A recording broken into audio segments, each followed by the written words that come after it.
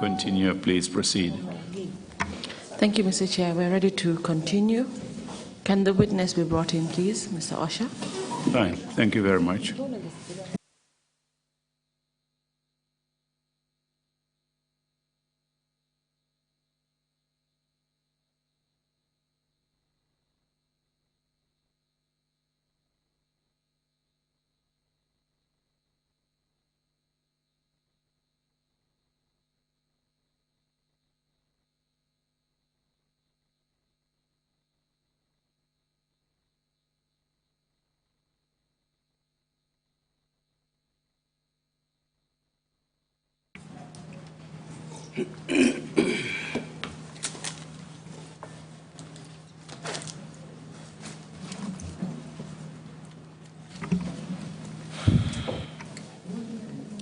Good afternoon, Mr. Sowe. Welcome back. Mr. Sowe, anyalle jam hajoni dawi bismillah e jonde dimmerende. Just to remind you that you're still under oath. Hajoni ko andindingol ma hudol gol hudino dadol gol hajoni ko gol dari. And we shall be continuing with your testimony. Te joni ni hajoni en continue fi se yewtere manden. And that before we went on the second break, you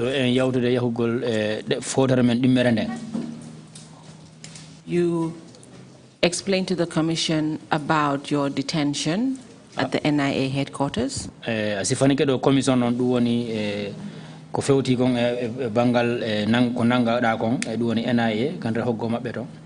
And how you were later transported to the Mile 2 Central prisons. You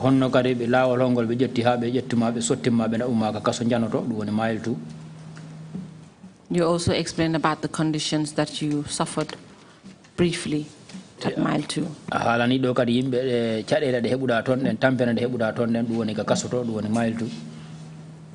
And you also told us that your duration of detention was 26 months.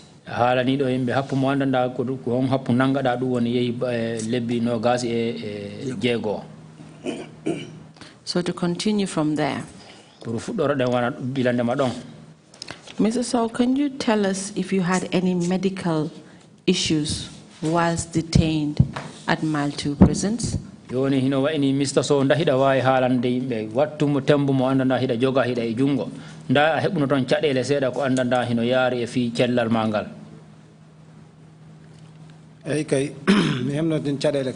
Yes, I had health issues at the Mile 2 prison. Time the Mile 2 already told me what I know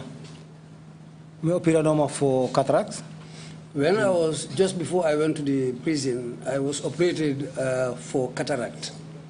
Sorry, when you say cataract, your eyes, you had an eye operation.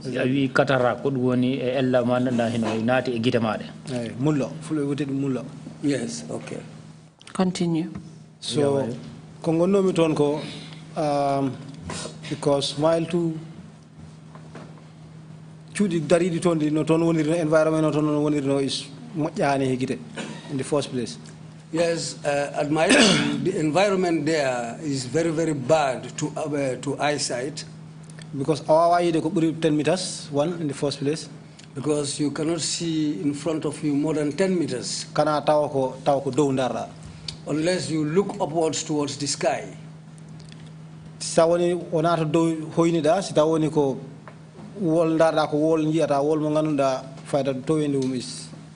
7, 8 meters high. But wherever you look in front of you, you look at a wall 6 to 7 meters high. Plus lighting system is bad. Plus the lighting system in the prison there is also very bad. Condition is dusty, creepy, and the condition in the cells is also very bad because it's always dusty and very smelly too. So I have no problem. That's not helpful to even people with good eyes, much more somebody with bad eyesight. So your detention further worsened your cataract issue and your eyesight. Joni hino wa ini nangangal ngol nangadangal ton burtuno beydinde mullo ko hebuno ko gitamade. Yes, that's quite true. Did you receive treatment for it whilst at Mile 2 prison? The one no da jungo mabbe ton ka kasotong da hebuno nyawndu e jungo mabbe. Ami hebano de mi etino non. Well, try kono mi heboy no hen ko kulmi so ngacumi. I tried, but afterwards I became afraid. This is why I didn't follow it up. Did you ask to be taken to a hospital? Yes. And were you taken to a hospital? No.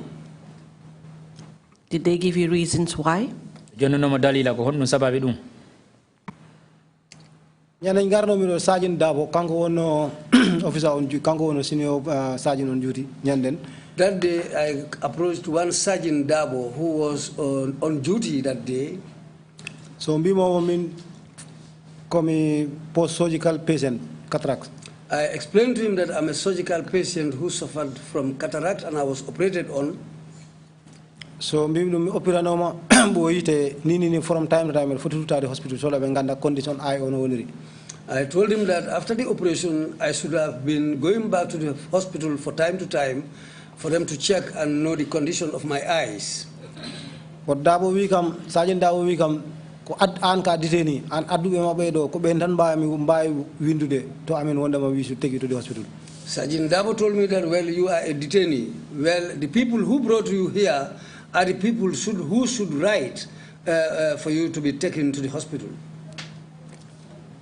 Mbiru min mi wa habani ben access so joni no ballirta kam an halan authorities mo don di be kalana be because min definitely gidam I need attention. I told him that, well, I cannot get access to those people now. What I can do is to approach you because while I am in the prison here, you are the people who should help me. Why can't you write to your authorities so that they can help me? Because I have an issue with my eyes. So, Mr. Sowe, you were not taken to a hospital for medical treatment? You know what ini Mr. Sowe au be nabani makanya lobutane puru heba nyaundugol e ban gitamade.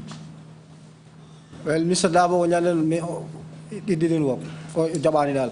On that day, Mr. Dabo didn't help me. It didn't work. He was not ready to help. So then, because you were not taken, did you ask again to be treated in the prisons? Joni no ini ba ajantino jungo me puru be yo be nabe ka lobutane dum don hebaki. Nda ajantino be puru yo be nyawnde kander pri kasoton tigir ka lobutano wondo tongo. Mi tidnu no kay. Min kay mi wino be. Do mbawate mi nyawnde fof weda ko der ton wala to yas yo mi nyawnde rek kono Sergeant Dabo wi kam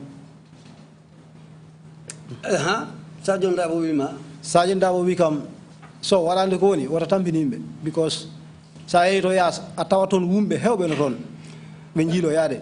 Well, I tried my best even to be treated inside the prison there, but what Sergeant Dabo later told me was that don't give us a problem. In fact, don't worry us. If you go outside, you will see a lot of blind people roaming around the streets. So don't try and bring a problem for us here. O kam so sa amalama si ayalti do si tawoni ayalta do sa ayalti do tawaka bumdo kono amayani den ayata ten Allah. He told me, well, you have to stay here. If you don't die in the prison here, whenever you go out, if you are lucky, you can do something about it. But as far as you are here, well, there's nothing we can do about it. So, Mr. Sowe, in other words, you were refused treatment? No, ini au Mr. Sowe be jabano ma nyawndude. Yes. So at this point, you have been detained for 26 months. Joni au no ini anangama ina madula goro du wondo yata lebi jo no gasi e jego. You have a medical condition where your eyesight is getting worse by the day. Hida jogi nyaw ma landa wonno nyaw gite du woni mullo do andanda wonda ma no tampini gite ma den. You have been refused medical treatment. Be jabani pour be naba ma pour heba nyawndogol e gite den. What effect did this have on you during the stay at the prison? Fo ko honno cadele honno no addanno ma wattu mo andanda ma wonda hida jungo mabbe jogagol.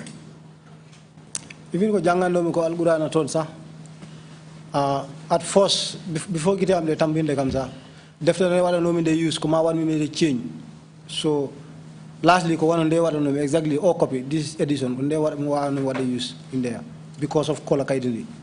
Yeah, because at the prison there, I used to read the Quran. The one I started with, later on I have to change because of the color of the paper. Then later on I was using the Quran, which was just like the one here. Because of the color of its paper, I was able to read this one, but the one with the bright white paper, I cannot read it. So because you were lost in the system? Oh, you know, affaire foko ko be majjintine affaire on andano ko honnum kewi. All right. You could not establish who gave the executive order for you to be arrested and detained? Ronko tabintinde ko hombo joni yamirora nden pour nangeda jodine da dula goto. All right. You could not get help to even be admitted to a hospital or get medical care? Ronko kado hebude lawol pour nabeda l'hôpital pour waweda toppitede e nyawdugol. You ended up accepting that this was your fate?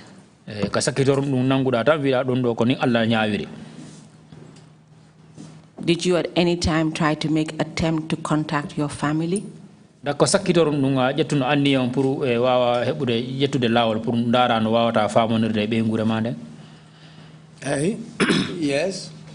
Were you successful? Yes. Can you tell us how it went? And the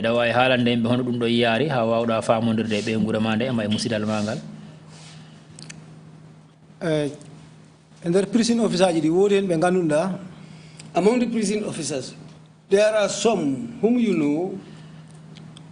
Bengandi wonde no men detainee men kept access family men kept access high hunde, so any contact outside ko ben men bata use kambe aro be ya. Well, they know that we detainees we don't have access to our families or to certain things outside. So those who come in and go, the prison officers there, they are the only people, the good ones who are ready to help.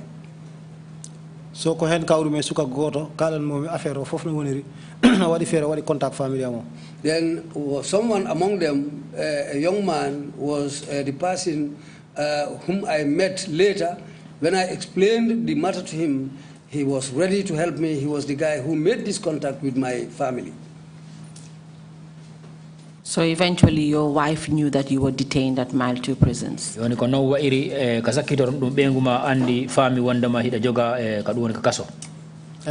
Yes. And your mother also got to know you were detained at Mile 2 prisons? It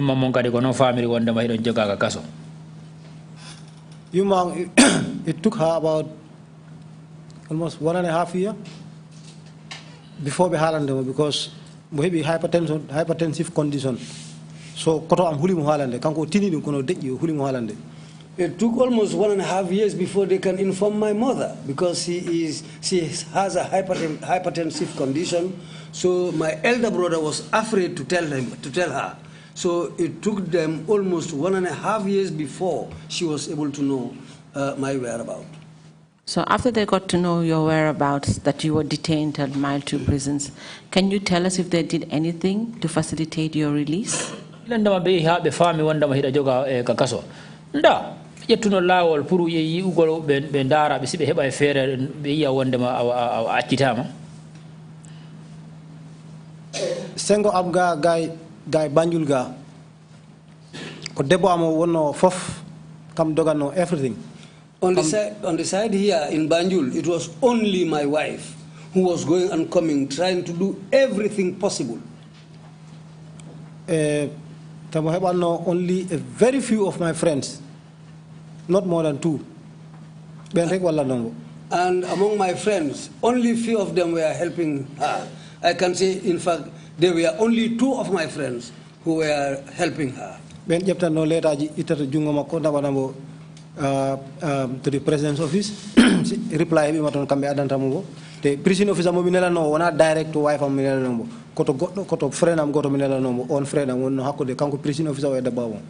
In fact, these 2 friends were the people who were delivering letters on my behalf, and they were bringing this information to me.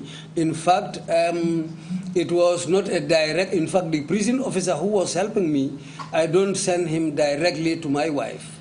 What we usually do is he will take these information or letters to these friends, and they will extend the letters to my people. Mrs. Sowe, it is also correct that your wife and your mother wrote to the president then? Mr. Sowe, ɗum kadi woni gonga dariɗo wondema ɓeyguma kañum nenema ɓe meeɗi windande letter ɓe nuldanimo e président o wonnoɗo ɗo o ndako gonga. Gonga, in fact, windugol toro president of yo yafo ɗum ko frenam goto yano to jogu. So jogu wimo joni the best thing ko mbawɗon wadde binde an appeal letter of apology. So mi haalanaka law konde ɗum winda ha pari on tuma tinmi ɗum. Yes, in fact, it was facilitated by a friend who informed my people, and went to a friend and told him, who informed this other friend that, well, if you want that, you have to write an appeal letter and beg for your relative to be released. So, in fact, I was not informed until the letter was written. Till later, that was the time when I was informed about this appeal letter. Please, can you look at these letters for me, please?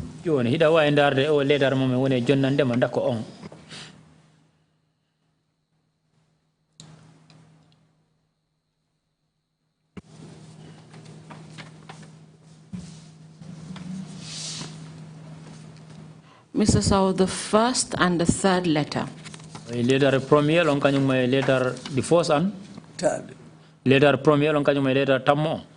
Are the letters that were written by your family, one being from your wife, which is the first one, and the third being from your mother. Letter premier on don mo folong on don ko benguma immori dimmo tammo on don ko enene ma immori. Is that correct? Can you give us the date of the letters? Letter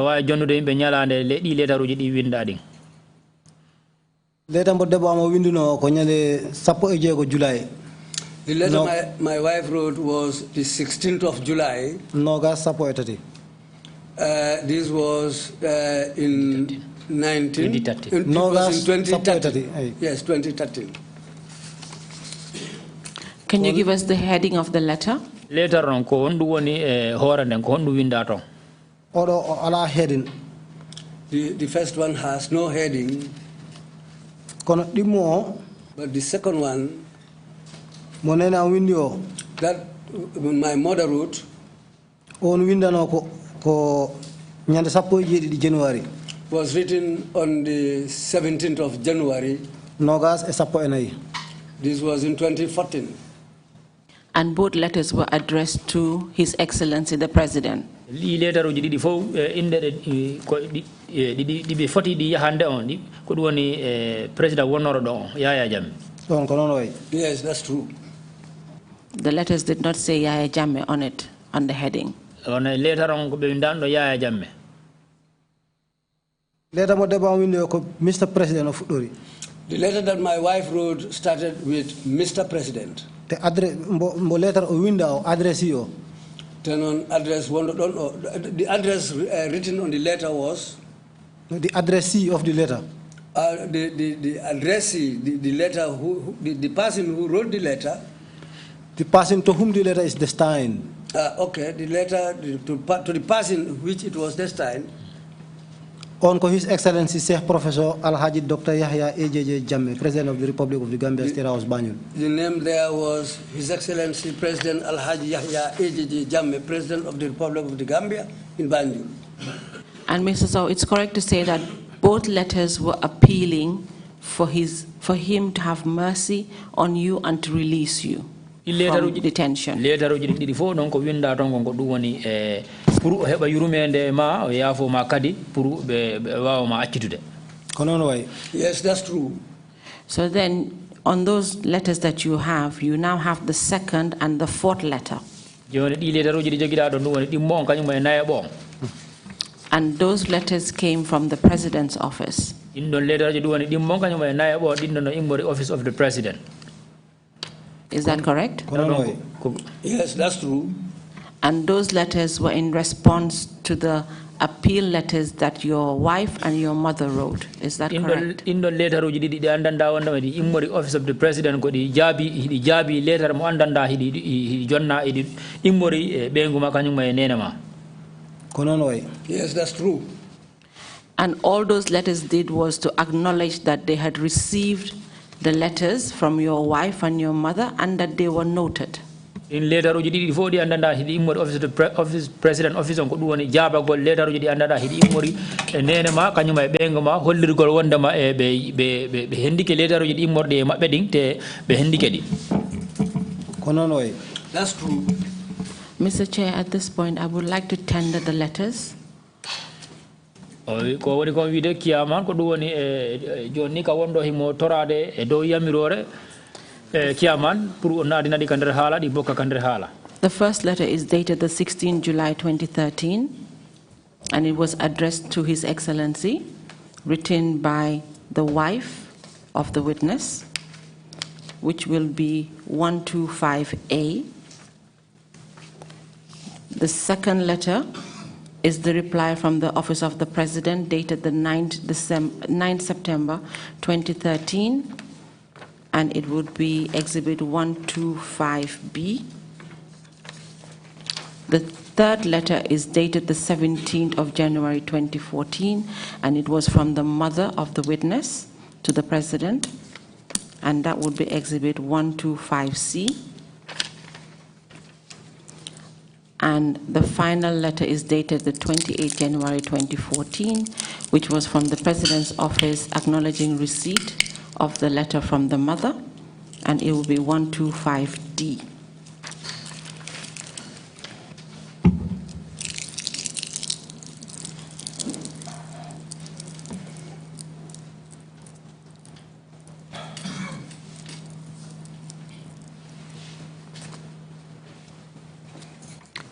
With permission, Mr. Chair, can I continue? Yes, please. Request granted. Please continue. Thank you. So, Mr. Sowe, despite the fact that the said letters were written for an appeal, no action was taken for your release. Mr. Sowe, hajo no ini benguma kanyuma nene yumma ma be windi letter yahugol be nuldani nga o yaaya president on pour toragol yafuye e yurumende pour o yafoma kon hajo on hay dum hebaki. Yes, that's true. So your wife found it necessary to write further another letter, which was in a petition form. Joni edo dum benguma ha joni o fawtaaki te o hebi anni on kadi pour yo windu letter goddo letter on don letter mo windi law dimo no wayni wa ko petition ni pour o nuldana mo office of the president. Yes, that's true. And she received a response to that said letter. On letter kadi du woni letter dimmo mon himmor don ka benguma te on don kadi be jabino on don kadi. Can you take a look at this document for me, please? Lahida waylan darande ni kaydi do ni womma mi jonnande ndin kadi.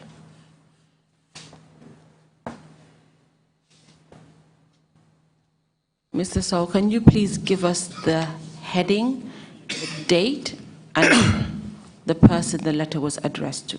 Lahida way jonude imbe letter ron ko hondu woni hore inde letter ron kanyum may nyalande nden kanyum may letter ron kadi ko hombo o windana ko hombo o foti yahande.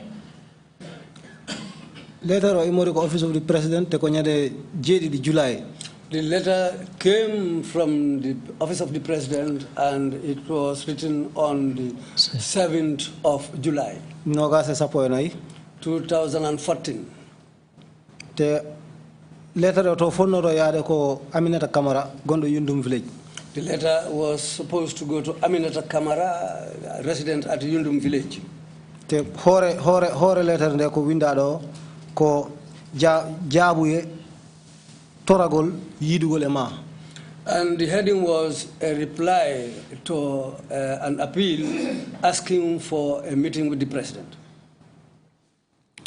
Mr. Chair, I'd like to apply to tender the said letter, and it shall be Exhibit 125E. Request granted, Counsel. Further, at this point, I would like the witness to read the paragraph that has the word underlined We ha joni himo not fa approved. letter on himo fa la jangana mo non leri nde wanda nda wonda ma ko be windi don ko pour jangana mo dum. Bindilo letter o wi. The writer of the letter said, Mi fuɗɗora jangugol ngol o wi e dow inde laamiɗo meɗen mawɗo woni president. in the name of our president,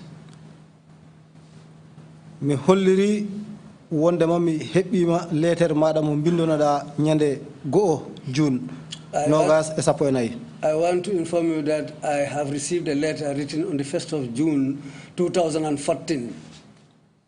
faade e ngol konngol ngol min bindiɗo dow ɗo woni toragol maɗa yiidugol e président o. In relation to the heading of the letter asking for a meeting with the president on an appeal to see you.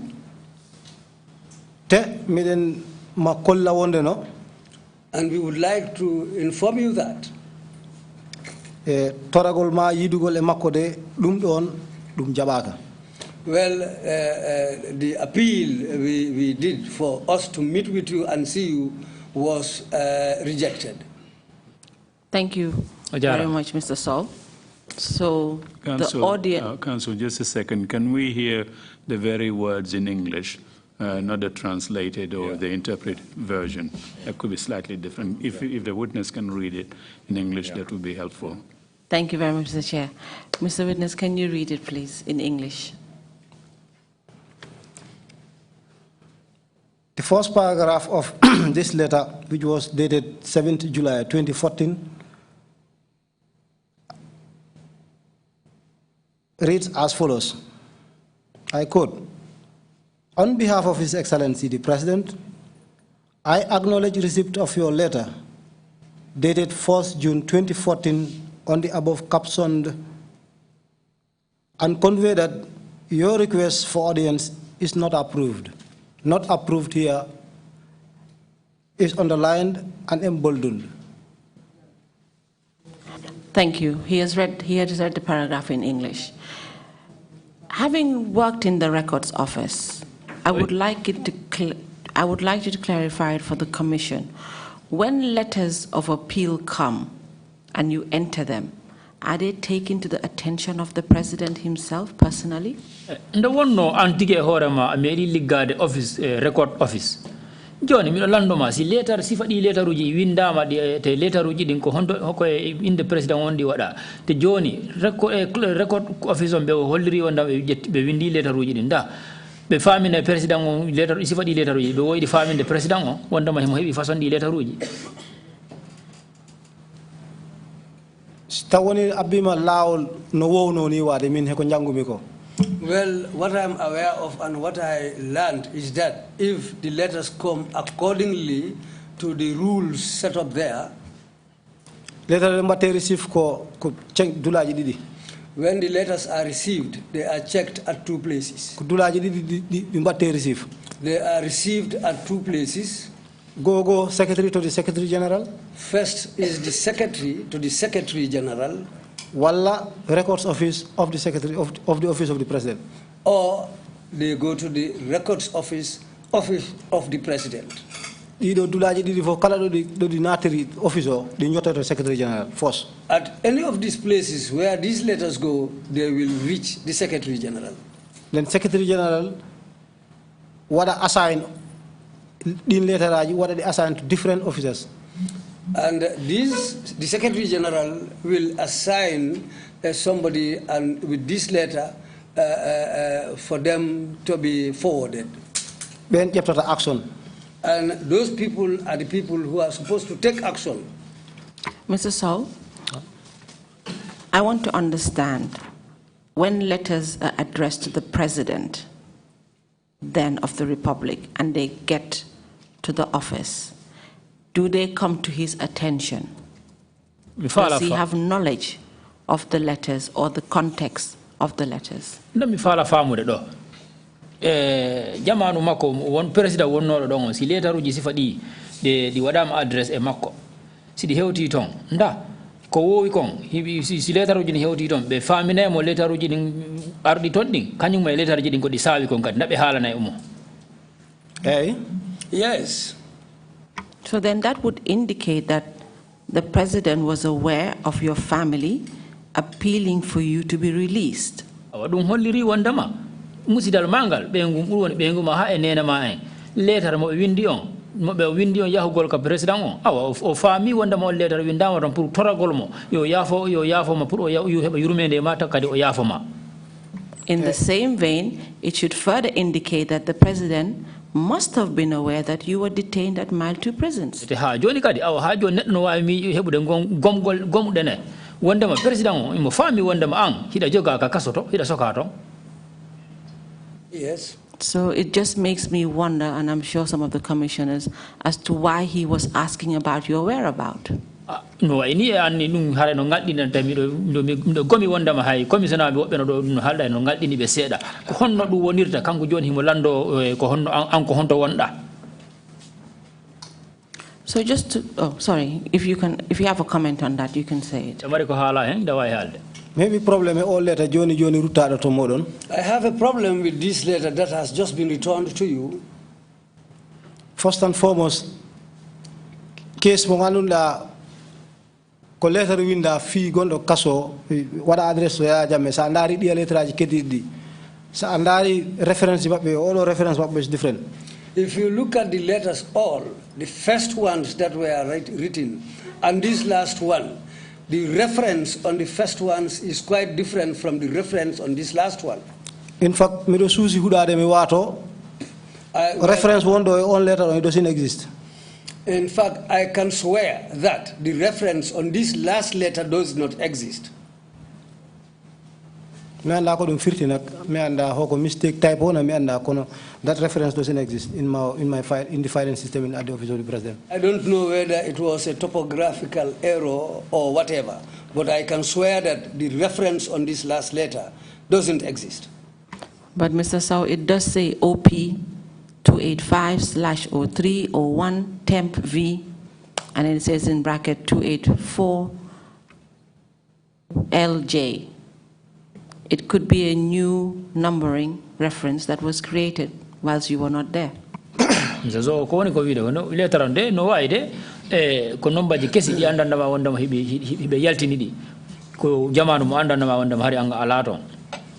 My counsel, I beg to differ on that opinion. Well, it's really of not relevance at this point, but it was the context of the letter that we were trying to drive at. And at the end of the day, the other letters do reflect that letters did go and replies were sent back. We know I need to put lappingol averon go nga dum hebani nafa ha averon kono non ko lappingol tam averon yeda letter uji holliri wondema letter uji nati letter uji kadi yalti bu woni jaabi di ngordi wonde office of the president be du jondani on yimbe wondema be jaabi ke on.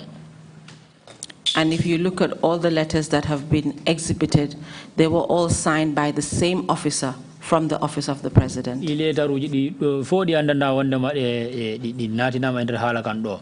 The photo can leri le don ko holliri do wonno signi do letter jongo neddo goron signi de.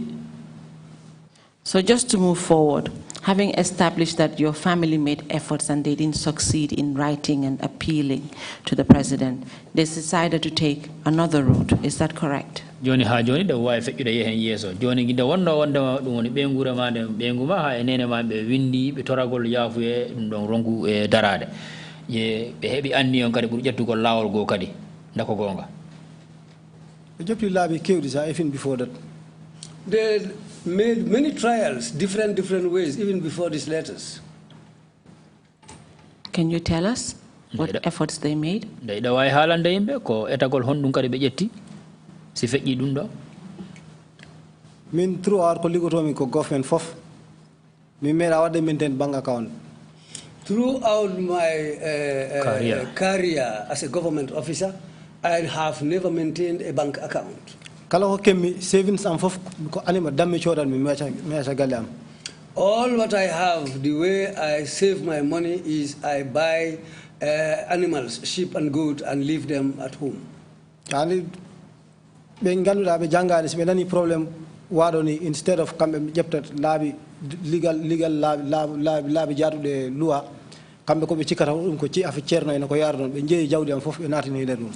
Well, those people who are not well educated, if these things happen, what happens is they will take all your property, sell it, and try to take it to the marabouts so that they can effect something.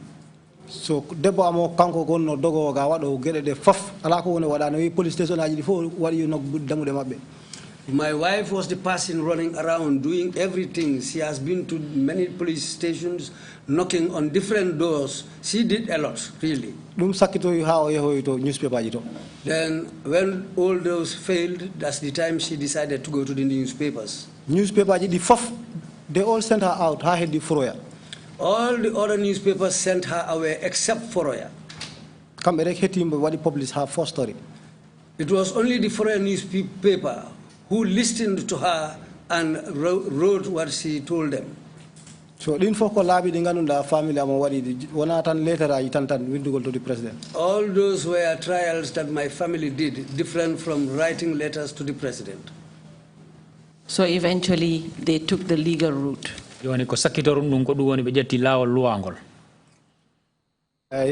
Yes. And that one also. Foroya newspaper, every now and then we win no update readership mape o wondema these people are still detained. Mr. X has clocked nangam days in detention. And or not his whereabouts are not known. It was the Foroya newspaper which went on writing from time to time, updating people about those who were incarcerated, writing at different times, Mr. So-and-so has clocked so-and-so days or years in prison. And it was the Foroya newspaper who were doing that. So finally, Foroya, somebody approached one legal expert. Finally, Foroya decided to approach one legal expert. That's the person who took up the case. Can you tell us the name of that legal expert?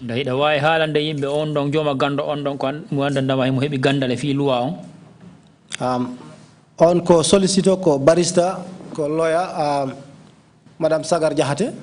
On ko solicitor ko lawyer Madam Sagar Jahate. Ko on yepti case o wadi mo first wadi kanko wadi mo mention at the courts. She took up the case and she was the first person to mention it to mention the case in a court. So when Ms. Jahate took up the matter and decided to file in the High Court, and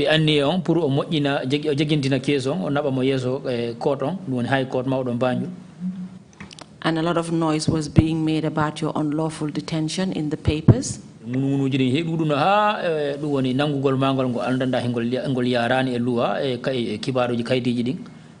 the government do anything about it?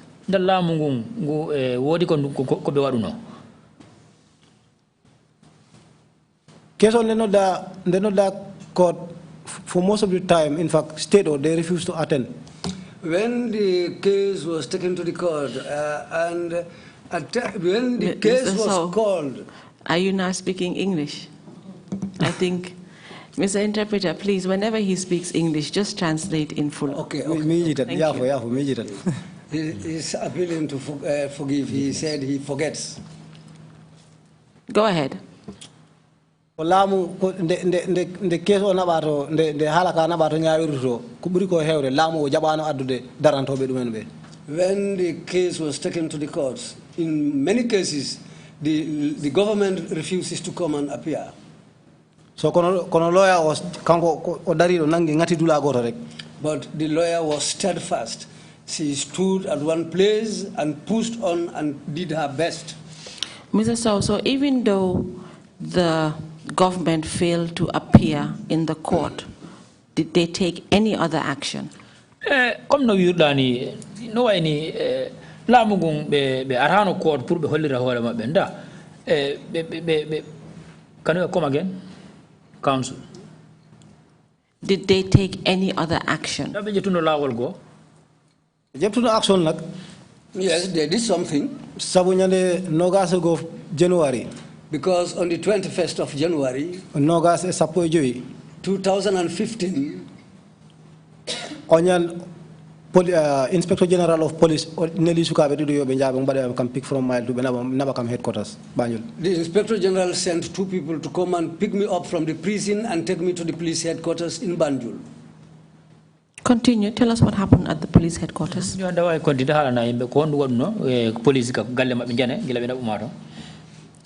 So, Nyanden Benabi Campton, one Mr. Baji, Mr. Ko cadet officer one or what ko senior officer one because ko white would the damage one or two, you know, uniform is distinct from the rest. So Kanko no more senior man, Kanko no digam. When I was talking to the police headquarters, I was called by somebody, a cadet officer. I think he must have been a senior officer because his uniform was the white uniform that police officers, senior police officers used to wear. He was the person who called me. Do you know his name? It's his Baji. He's something Baji. Do you remember his first name? Allah. No, I cannot remember his name. Continue. Owi kam kanko ne koy kongol mawngol dogata te kongol ngol ko wi. And he also said he is working on the orders given to him. Owi kongol ngol wi ko yo wadam bel yo men kaldu men dido men wada fere no badam mi fof mi wada fere wada kam bel nyanden. And what he told me was that let me discuss with him, the 2 of us, so that we can make arrangements for me to be bailed on that day. And were you bailed on that day? Yes, I was bailed on that day. Were there conditions attached to your bail?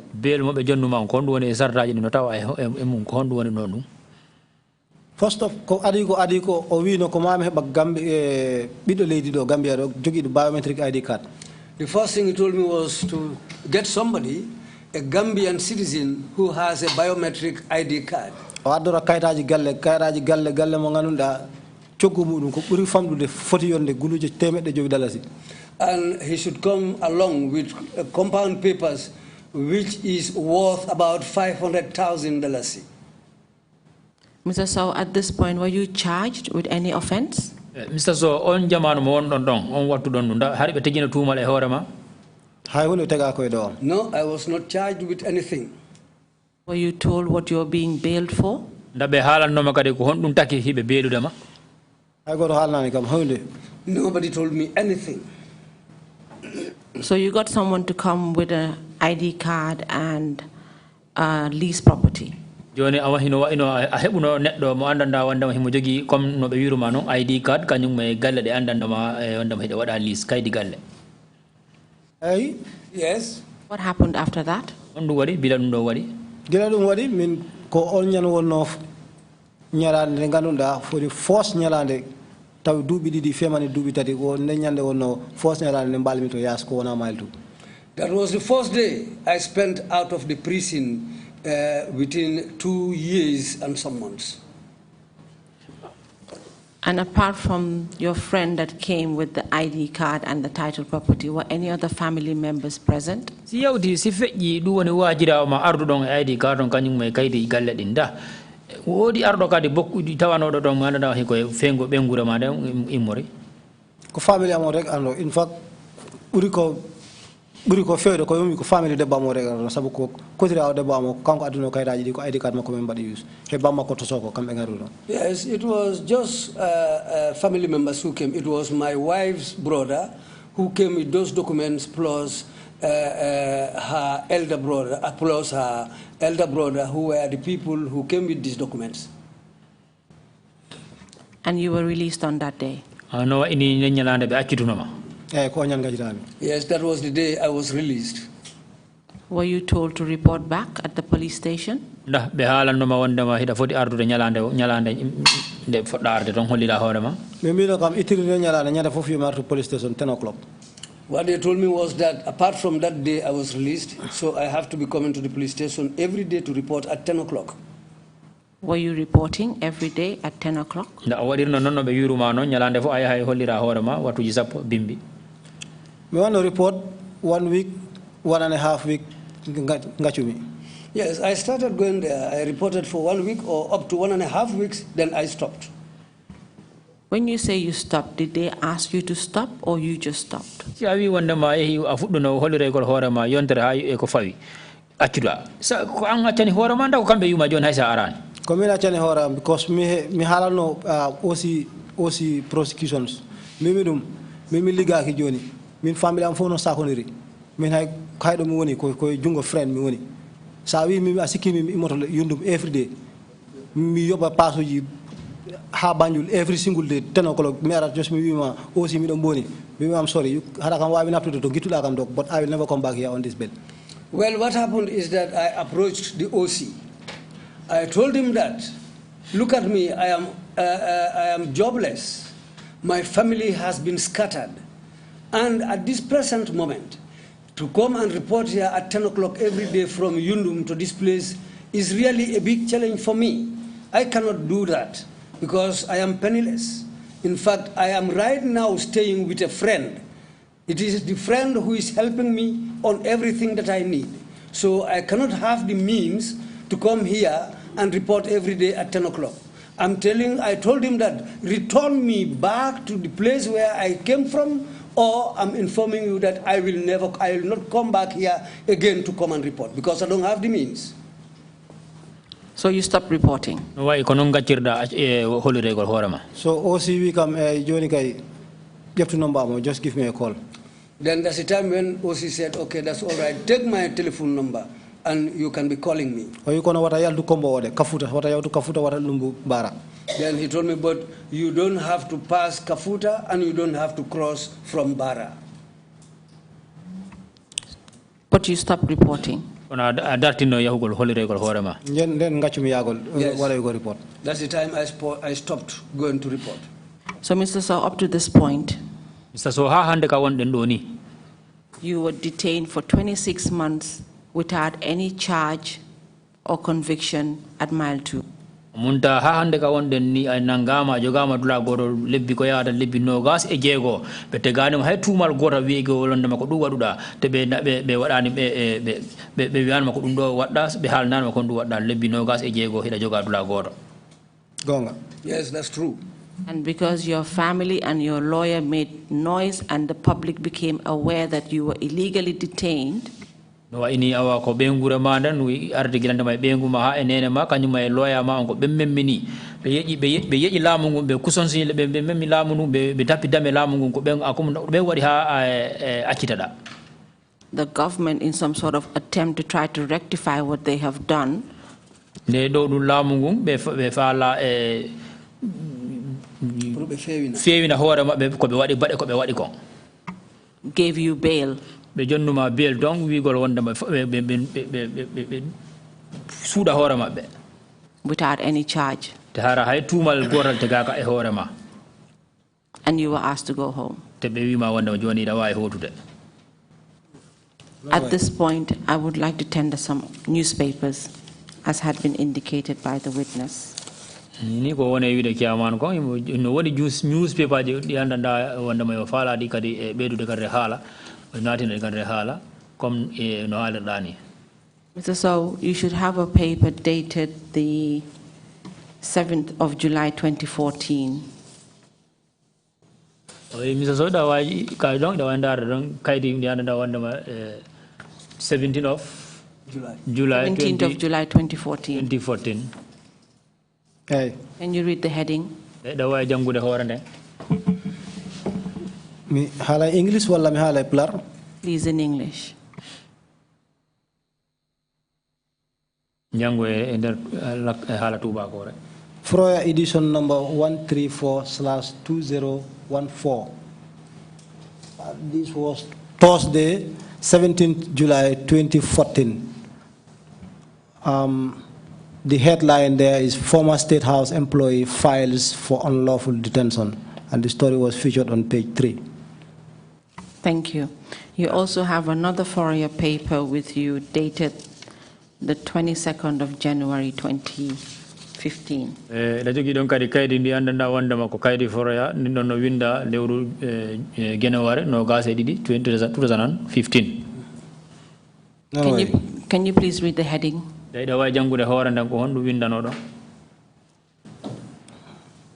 Foroya edition number 015/2015, Thursday, 22nd January 2015. The headline, Momodou Sowe released on bail after 2 years in detention. Thank you. Mr. Chair, I wish to tender the newspaper articles in as 1, 2, 5, F and G. Request granted.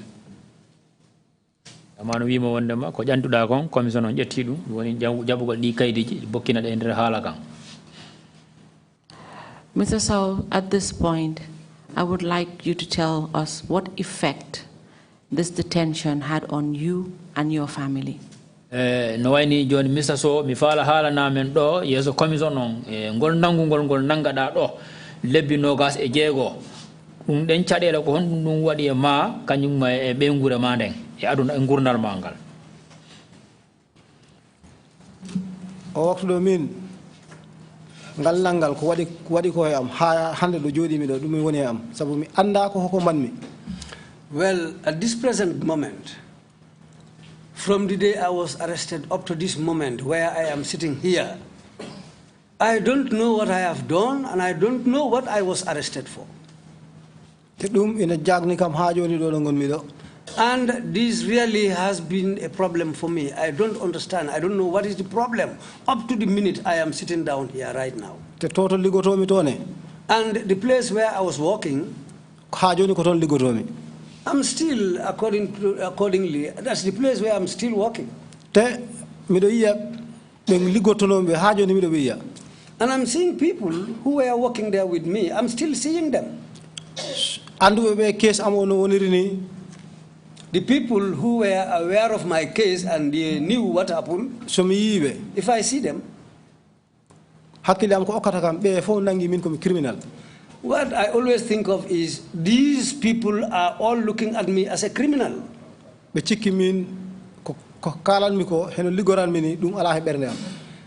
look at me and think that what I was saying and how I was working is not correct. I was just a criminal. That is something which is weighing on my mind, on my thoughts seriously.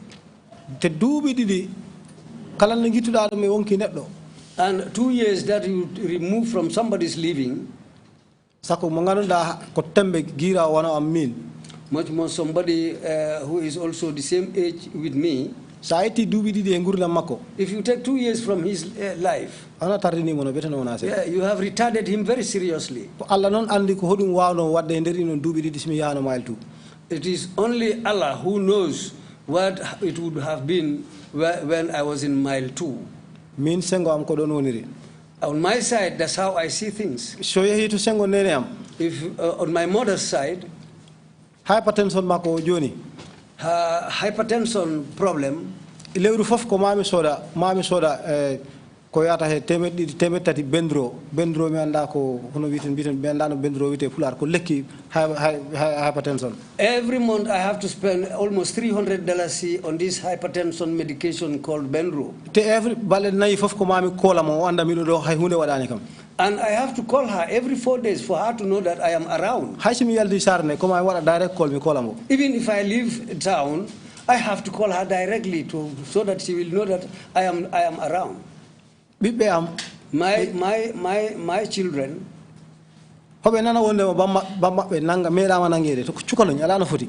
they are small children, but they are hearing that their father was once arrested and in prison. Sometimes I'll come and be amongst people. I will see some people even pointing at me. Even when I went to the Jane Commission,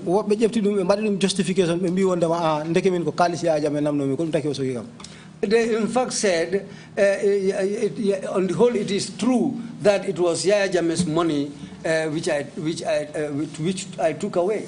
So, well, that is an issue which is really worrying me. It puzzles me. But as far as I cannot do anything about it, I'll take it with faith and leave everything in the hands of Allah. debbo amon de o ɗaɓitanno kam in the police stations. When my wife was searching for me from police station to police station, ari hen dula goɗɗo ɗo yehi ɓe mbimo taw on waktu mbo yara 7 months ɓe mbimo an minen min mbawa wadde confirm wondema gorko ma o mayide kono we can tell you that gorko ma o wurani. she went to one police station and she was 7 months pregnant at that time. What they told her at that police station was that we cannot confirm really whether your husband is alive, but we have no means to tell you that he is alive. So tampini debbo amono bete. That really gave her a problem. So nde o jibini ari he makko nangi noppi makko. When she delivered, it had a serious impact on her to the point of affecting her hearing. So nino woni ni similo halda e makko sax ko mami haalata dow siɗi mo law nenata kam. Right now, if I am talking to her, I have to shout, or else she will not hear what I'm saying. Ha joni minen fof min korima wadde recover hono de gueɗe jawtiri min korima andude hono ɗum woniri ha joni mbo kala waktu fof ɗum waɗan men attaque. Up to this date, we cannot recover. And up to this date, we still can't know what is the problem, what caused all these things. We are still living in that dilemma. Haysi 9 o'clock tawi kam office mi rutaki galle ni kanko tawa o wawata joɗade because aussi kadi same night me ko ɗum artata e makko kadi. Even if I am at the office till 9 o'clock, I haven't returned home, she will suffer. Right now, up to this day, she will think that the same thing has occurred again. She will become worried. So ɗum ko ɗum gueɗe ɗe ganduɗa ɗe waɗi kam disturb no wetano wona seeɗa. These are things which are really disturbing me, seriously. Bonni guite am kadi. And it has really deteriorated my eyesight. Ko waɗi kam almost mi wawata waɗa drive jemma. This is why I cannot drive at night. So it's a serious problem for me at my age right now. And this is a very serious problem for me at the age, at my age present. Mr. Interpreter, I think he spoke English. Okay, sorry. sorry. Thank you, Mr. Sowe. Jara. So, Mr. Sowe, even though you were released on bail and were asked to go home, did you and your lawyer abandon the case that you had filed in the court? Mr. Sowe, no way ni accitama do bail do in the bail be accituma ya ho to galle te gila be accituma be wi woni joni aw wonda ma nyalande fo nyalande ara hollira hore ma wadu woni wada report nda ha joni dum continue wi gol wonda an e lawyer ma on nda on accuno case on non gopiriro mo non case o men gaccano wote ha joni men gaccane wo. Well, we have not abandoned the case, and up to now, we have not abandoned the case. So what happened to the case? Yes, on hebi mo. Ñaawirdu ndu weddino case amen o yaltin weddino case amen to yas. Well, the lawyers threw our case outside. The courthouse threw our case outside. So ɓe ngokkiri ñaawore nde ngannduɗa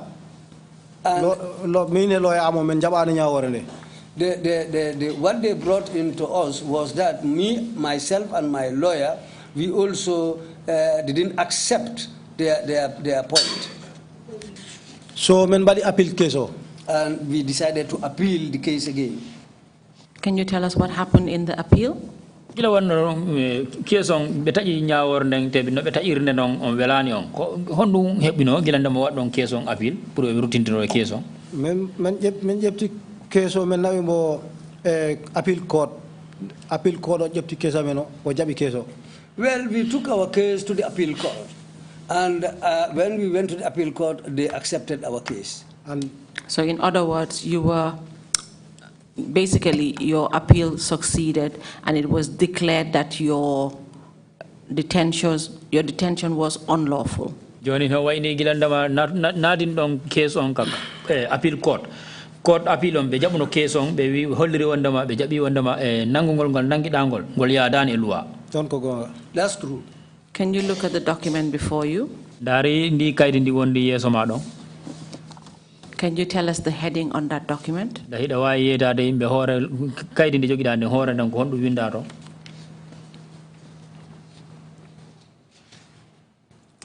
Can you tell us the court that it is from? Da hida wawi haalande yimbe kaydi ndi goy court hombo dum ndi immori. Letterhead, that's in English, right? Yes, please. This document before me here has a letterhead on top of which are the following inscriptions: in the superior courts of the Gambia.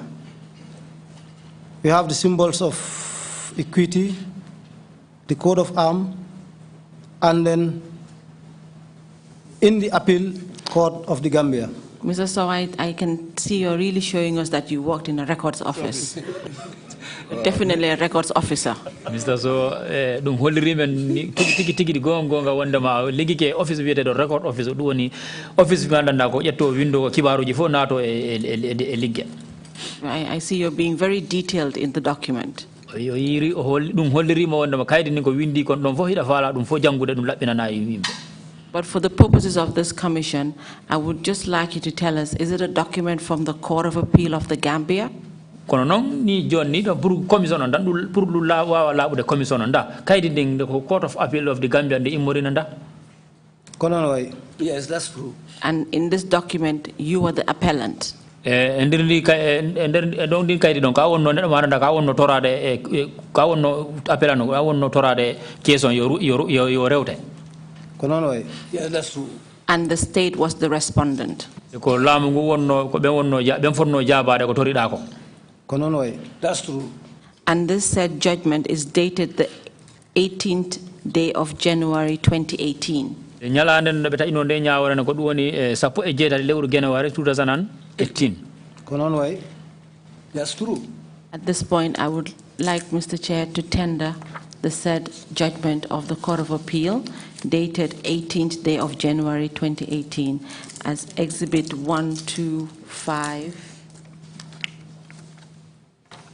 Woni wiide kon moy shono do himo torade commission kiaman do yamirore makko pour judgment on ko do nyaawore den no tajirano e fiima pour rewtagol case ma on pour be bokkina dum kan re hala be bokkina dum kan re hala e der do seriagal mabbe.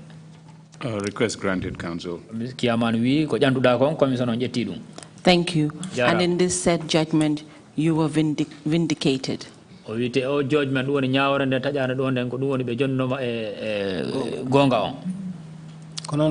That's true. Thank you very much, Mr. Sowe. Thank you for going through the testimony today. Mr. Chair, I will now hand over the witness to you and your commissioners. Thank you.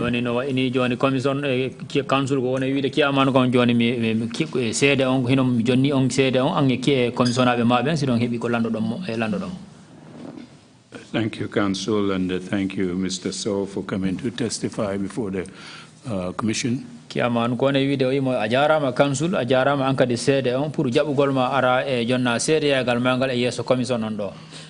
Whatever confusions or shenanigans existed in the top echelons of the government, they had no right to violate your human rights and detain you unlawfully.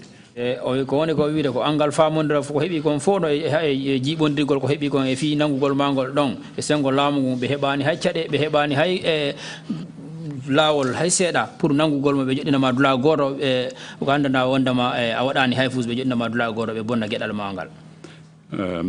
You endured a whole lot of stuff in the hands of these officials. For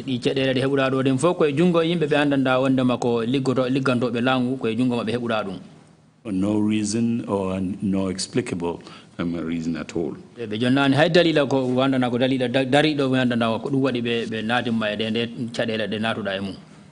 Commissioners, if you have any questions, please indicate. I'll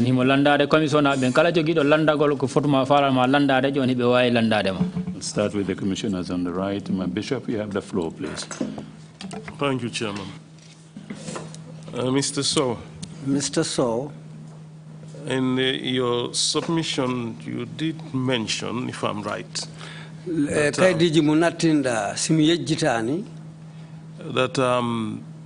Hechi, the president, has his fleet of vehicles. The president himself has a fleet of vehicles. President Onomari motoji hore mako kanko ko motoji manduda kanko je din motoji. And the central government has its fleet of vehicles. Tenon lamu mawdo on kala hebi motoji koye mabbe. what is a little bit confusing here was the difference between the president's fleet of vehicles and that of the central government. Dum no jakini seda ko hodum sertini motoji manduda ko din president o jeyi motoji makko din e motoji lamu mawdo on ko hodum sertini dumen ko hodum darni dumen.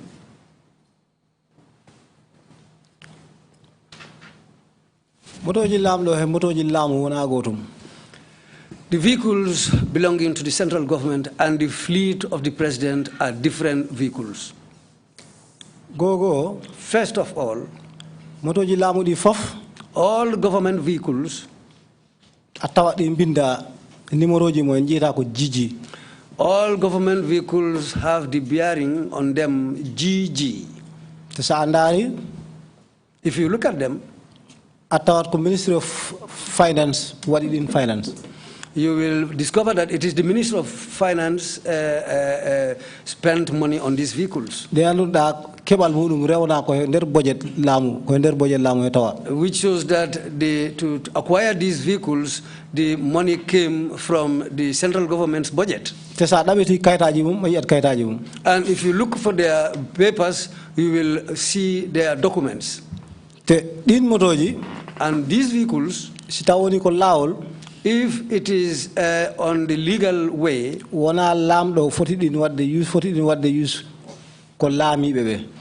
they shouldn't be used by the president, but they should be used by the government and people who are working in the central government.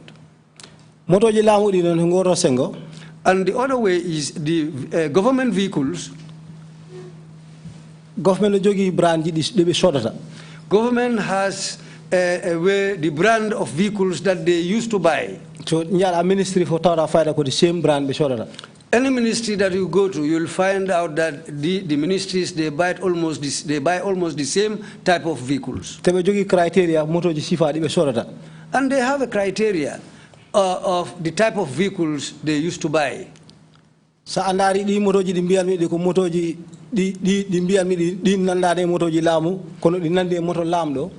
If you look at the vehicles that I said, they look like government vehicles. The vehicles, the fleet that is called the president's fleet, different from the government fleet. The presidential fleet vehicles do not fit in the criteria of the government fleet. Yes. Okay. Go ahead. Yeah. So, for instance,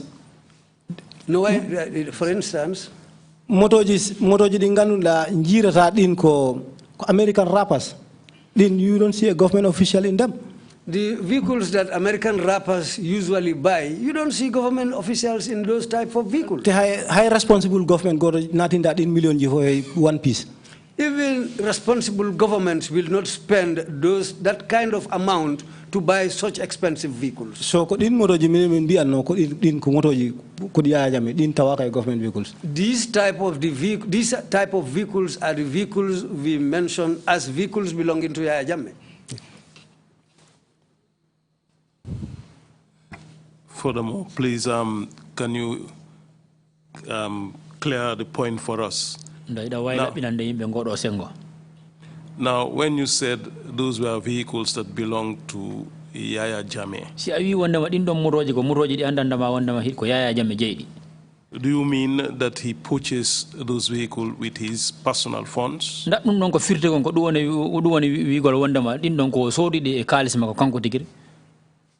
No, that's not the meaning. What that means is that the vehicles that are known as government vehicles are the vehicles that the government use. And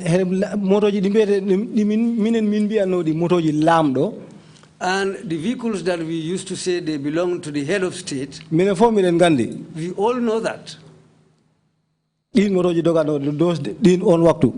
Those vehicles running in those days, Me personally, I cannot say that this vehicle was purchased by Mr. So and so. Okay. And finally, which of the fleet of vehicles that was assigned to you? Ordinary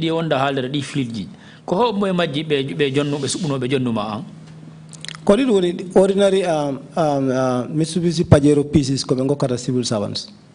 It was one of the ordinary Mitsubishi Pajero vehicles that they usually allocate to civil servants. Thank you, Commissioner Kinte.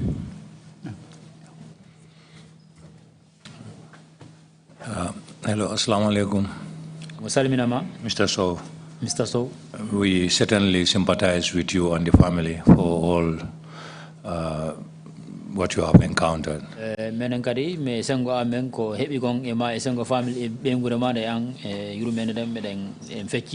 Particularly during the period of your detention in Mile 2.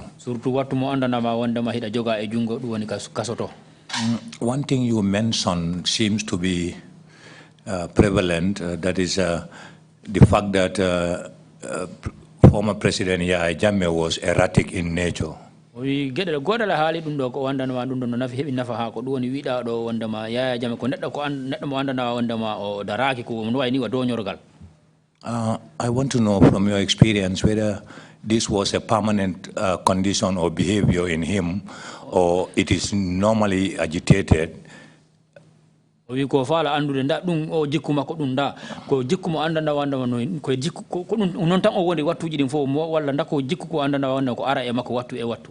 By circumstances of like anxiety. O nda dum ko ara e makko wattuji di andanda ma wanda ma haray e mo yi goddo mo weldi ma mo wonde mo good mood dal. Or whether he is under specific influence. Walla si mo tawi woni hara ko goddum hara o memi kadi ko dum woni mo wadirde non.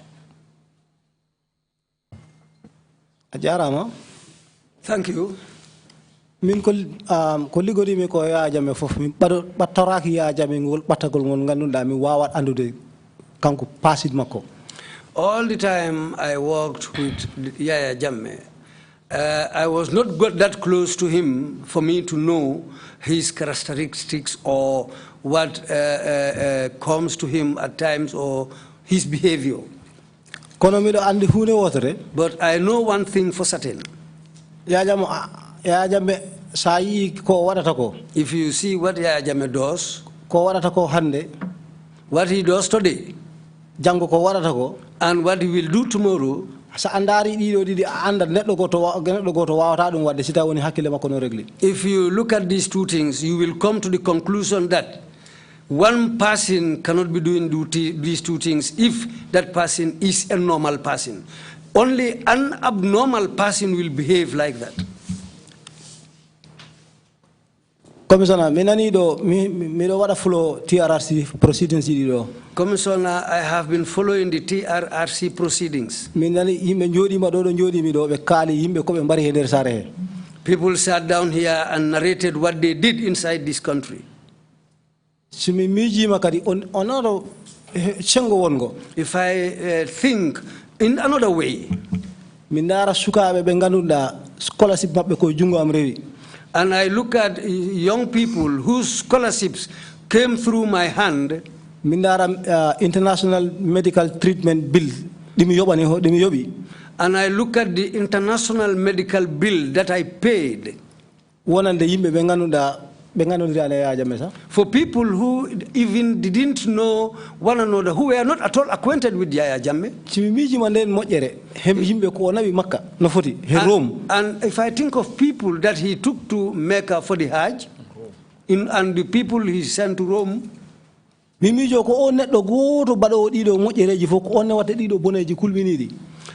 if I look at those good deeds, and I come to look at the bad ones this same person did, that's the time I came to realize that the man is not correct. I am a young man. I cannot deceive all these things by myself clearly, but after looking and watching and seeing things and what he was doing, I came to the conclusion that the man is abnormal.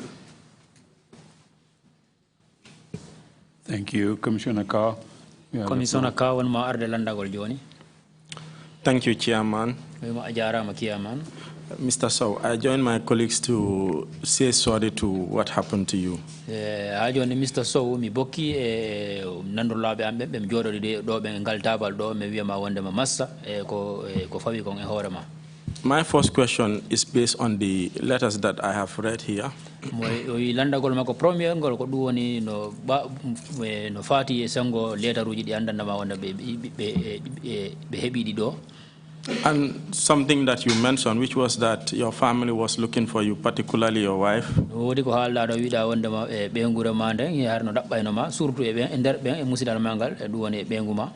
I've also read that your wife and your mother wrote to Jammeh to ask him about your whereabouts.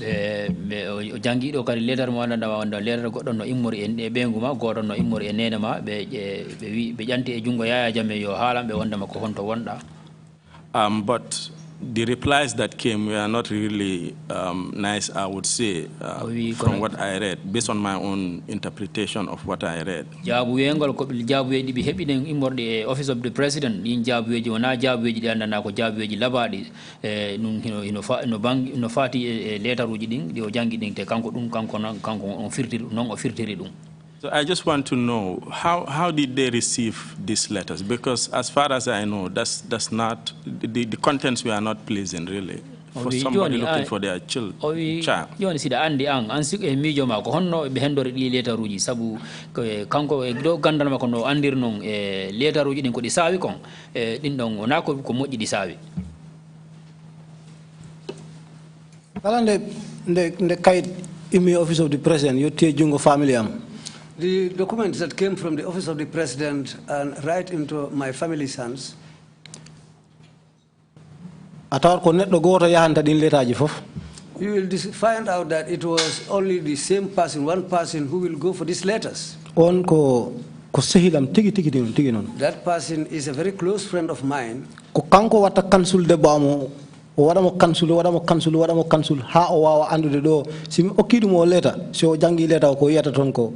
At least have an impact, negative impact. Musa tema kono, musir tano sita no ni no kanko did not envelope taw halano no ka hoko wonton. This friend is a good friend, and it is this person who will talk to my wife, talk to her and counsel her to the level of calming her down, so that when she opens this letter, whatever she finds inside, after reading it, will not cause any other problems to her because of the counseling of that friend. It will be different from, like, if she herself opens the letter and see whatever is written there, which might alarm her.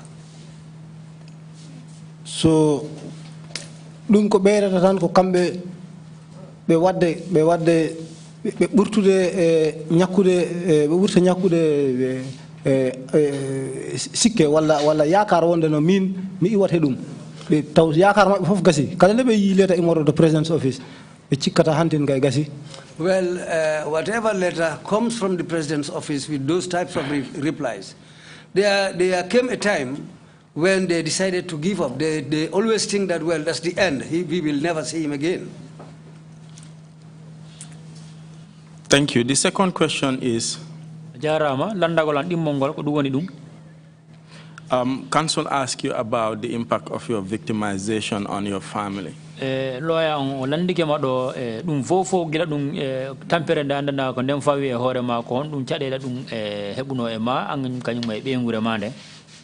And it was written by, I think, your wife in one of the letters that you were the breadwinner of your family, especially after your father passed away. Oui, letter ma goddo no ton ta sur on don letter sa o sikki ko benguma on don letter immorno o hollirito wondema ko awonno fof e bengure mande dum woni ka family mo te surtout gila babe ma be feƴƴini. And since you were kept away for 2 years or so, I want to know how your family was able to survive without you. wi jon non comme no ɓenguma windirno ton non o wi wondema ko awwoni e ɓengure mon nden family mon ko awwoni fop ko an e nene musidal mangal fof ko an wawoni jungo nano e ñaamo fof ko awwoni jon non ko ngalɗinimo gilandema jogoɗa e ko yahata duuɓi ɗiɗi e ko fawɗi gilandema jogoɗa ɓengure ma nden ko honno ɓe yarayno e ko fawti e banggal e gurnal ngal min de ɓe jeeyinayi yam fof ha gasi. They sold all my heads of cattle until they were exhausted. They didn't have anything else, and they didn't see anything else to depend on.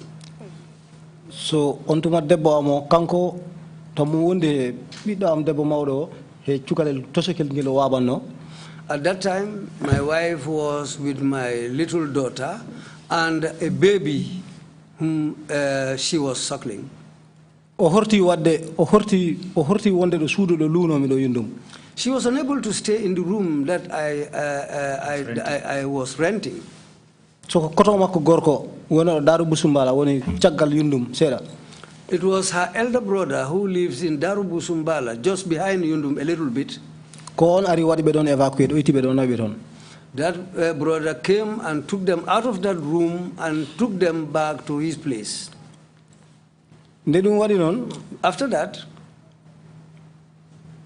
min hore am walla no do family am o hore mabbe yo bibbe ambe yo wallobe kambe yo minen fof ko alla goto men jakori.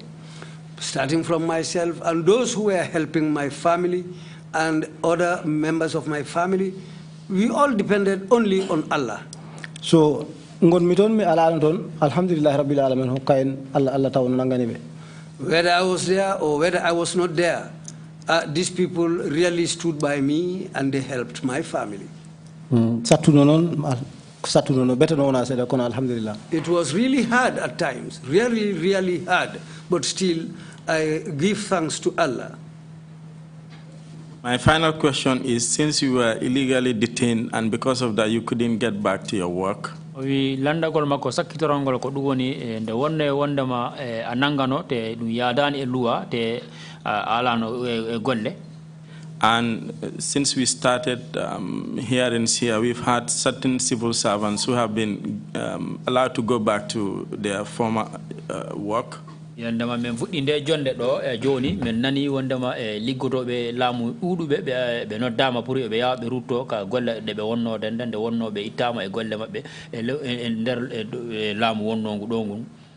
I want to know if you have made any efforts to get back to your former work. Mi faala andude nda antike hoore ma nde nda yetti dole dem ma feere dem pour iya wondema rutinama e ka wonnoɗa ɗon e gollude ɗon. Hitande nogas sappo e jeeɗiɗi. In the year 2017, Public Service Commission walla PMO mi sikki ko PMO wanno ɗum sa ɓe winduno ɓe wi kala mo ganduɗa o yaltinano golle he laamu yawtuɗo he te taw kanko o gumi wonde no yaltitinani golle yaɗani e lawol yo rutto ƴettoya form waɗa o fil review. If I can remember properly, it was the PMO, Public Service Commission, who wrote and announced that those who were illegally dismissed or unlawfully dismissed from their posts should come and take a form and fill this form and return it to them. So mi iw Dakar am Dakar exile mi artuɗo gonmi ɗo 1 week o yawti jaami saare amen gonmi toon mi sikki balɗe tati e nder tataɓe ɗe kemmi information ɗon giwmi saare amen gartumi Komboga. When I came back from exile in Dakar, after spending a week or so, I continued to our home village. I spent 3 days in our home village, and that's the time I got this information. Then I came back straight back down to Banjul. So Alhamdulillah, I me fill on form. Then thanks to Allah, I took the form and I filled it. And then September 2017. And September in 2017, reinstate. They called me and reinstated me back. Post at the same office. And I was posted at the same office. Thank you for answering my question. Thank you, Commissioner. Thank you, Deputy Chair. You have the floor. Joni wondom arde landago don ko doni deputy kia doni hikkido e kiamano. Thank you, Mr. Sowe. Mine is a simple question. Ya jarama mi landago langal no weebi ha. It's in relation to the treatment you had during your detention. Dum don no fati e bangal nyaawndugol ngol hebuno dangol wattu mo andanda hida e jungo. You have said very clearly that you were denied treatment for your eyes. So it's very clear. Ali dum do labbini wondema wattu mo wonoda e jungo e dum won wattu mo nanganoda e be salino be ndabano mo nabudo nyaawndugol. But you said when you went in with glasses, eyesight glasses, and they removed them from you. We haali do nder haalama gilandema be nanguma be nabuma a yaaduna e lona dum woni wandana webinante pour yi ugol mangol seeda. Does this mean that people who go in with aids, such as eyesight glasses or crutches, are not allowed access to those aids in the hospital? In the prison, sorry. Awino wondama gila yaaduna e lona ma be jabuno nda dum no firti wondama kala no yahudo to mo andana himo yaade goddum ko andana ko dum faabito to mo e nder kasoton no wayi siko bofojo siko leggal on tigi jogi be jaba leggal gal siko an kom no wondirdani ko ko gitama den be wiida be jabi lona ma nda dum no wayini wondama kala ne yaho ton sino yaha ton ko wallito to ma kon an e on nyawma be jaba dum jungo ma. On my side, what they told me was that I am a detainee. And they said I cannot be using glasses and I cannot have a watch. Prescription lenses, crutches. But those who were with me at the detention center there, I saw some people with some prescription glasses and some people were walking with crutches. But those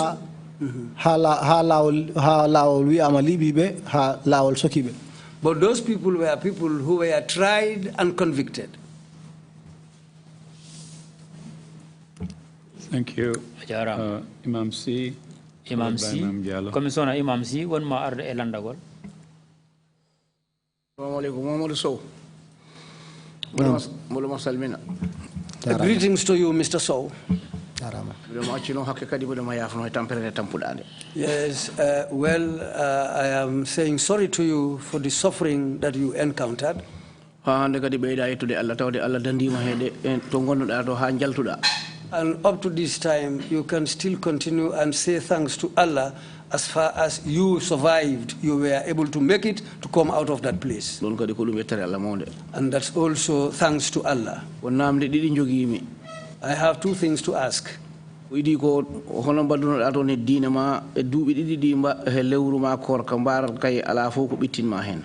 First thing is, how were you performing your religion? And during the Ramadan, were you able to fast and perform your religious duties? Because I heard that at the time you were reading the Quran.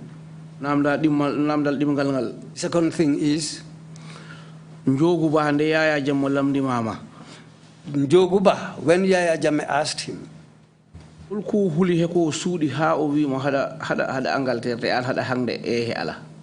what made him to give Yaya Jammeh that reply? Was he afraid, or whatever was it which made him to tell Yaya Jammeh that you have gone for further studies in the United Kingdom instead of telling him that you have been incarcerated in a prison?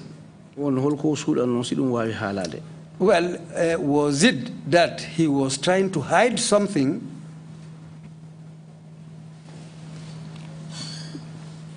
Baba Commissioner, jarama. Thank you very much, Father Commissioner. For your first question,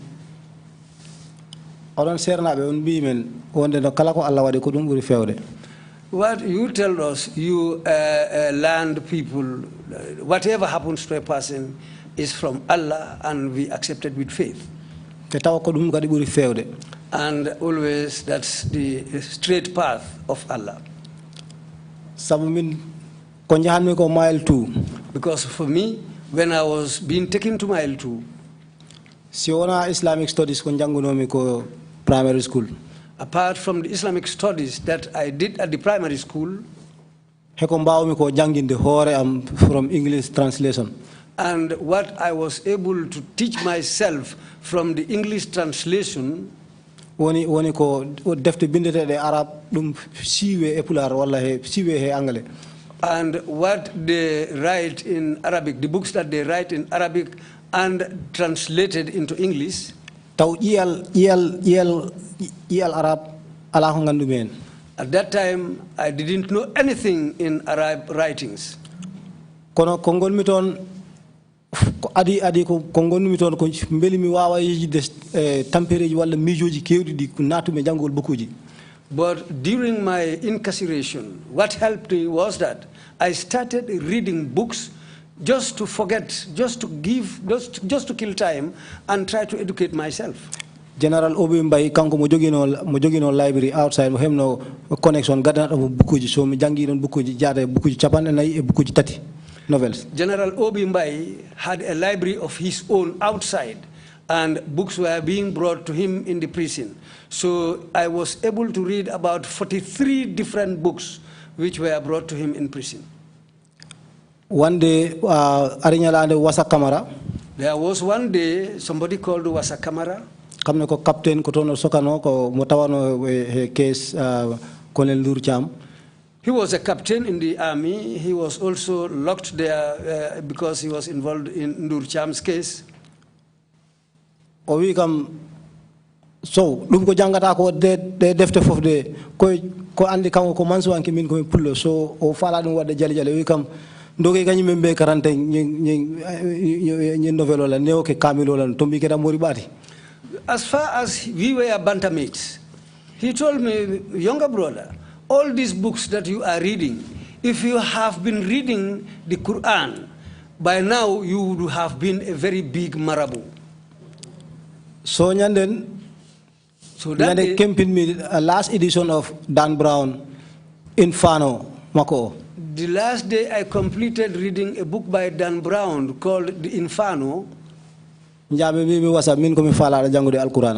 the day when I went to Wasa and I told him that I want to read the Quran. He said, okay, and that's the day he started to teach me little by little. But how it was, Allah wanted to help me. Allah made it very easy for me to read the Quran.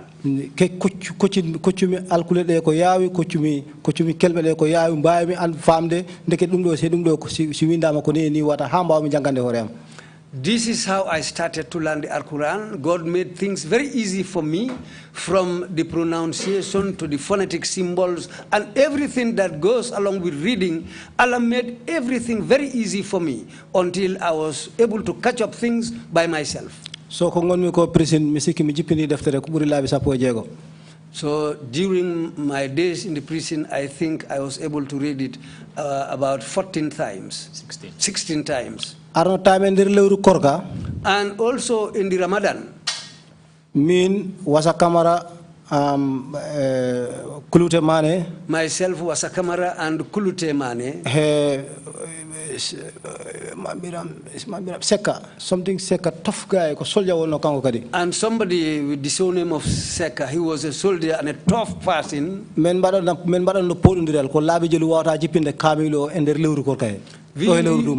used to argue, how many times can you read and complete the Quran?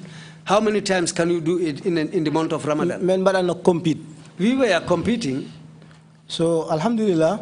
So, thanks to Allah. The Sileuru Korka 40-minute mile 2 ton, Kuburnoton ko heo de fof, ko benganunda ben choka ben badino 0 mile jima be defo hande kadi gede aduna yalti mo be ton ko dina tan ko Allah tan be ngandi. Most of the people inside the prison, as far as they were locked inside, we realized that most of them decided to forget whatever exists out of the prison. They forgot worldly affairs, and most of the people in there decided to concentrate on the religion, and they started learning and teaching themselves.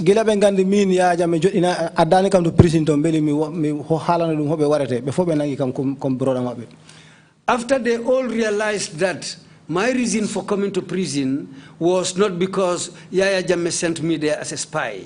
When they realized the reason why I was in the prison, most of those people became my friends and they decided coming nearer and nearer to me. So be yuruma kam wana onon fof no yuruma dan kam ni. And they also showed their pity for me, as you people decided to show me your pity of the sufferings I encountered. Family am okat neldetano kam ko mi nyami ton because be wadano ko ala kono mi meda mankire abere sukara.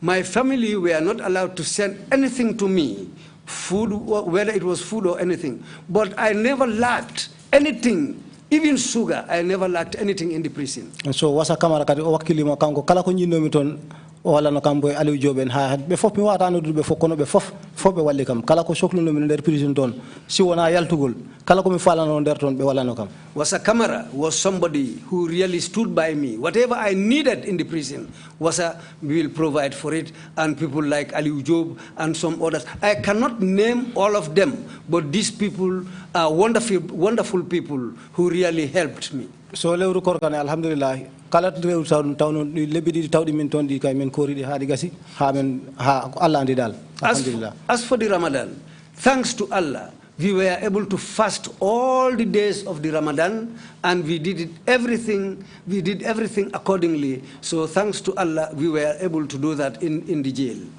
Nam dingangal. The second one, can you repeat that one? Commissioner si oil landa dimmangal rewro mangal mbimi holko njoguba sudanno ha o wawi wi hada UK te an hadat mile 2.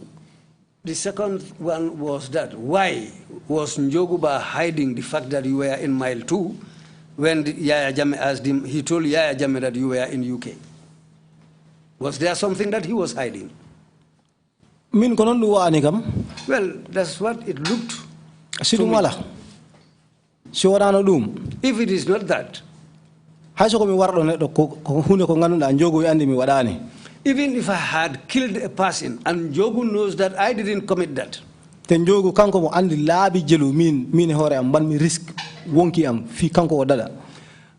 Njogu knows how many times have I risked my life to help him so that he can survive. He knows that very well. Right now, I'm sure he's watching the commission, and I am testifying. Even if I am saying anything that is untrue, he can right now make calls to the commission and say what he wants to say. And I swore by this Quran. idea ko njogu hulatno Yaya Jammeh on waktu ko hulatno Yaya Jammeh ha hulamo wiide Momodou Sowe ko an sokimbo homo derto. I see no reason which will make Njogu to become so afraid, or what will turn him for him to tell Yaya Jammeh that I am in UK when he knows that I am in prison. I have no other reason to think of why Njoguba didn't tell Yaya Jammeh that it was yourself who locked Momodou Sowe in jail.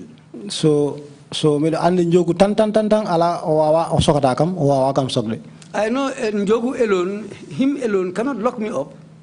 Kono kala information bo Yaya Jammeh okano takto ha Yaya Jammeh wi sita woni ko Yaya Jammeh soki kam kala information bo okano ha wadi ha soki kam Njogu wasta andude on information.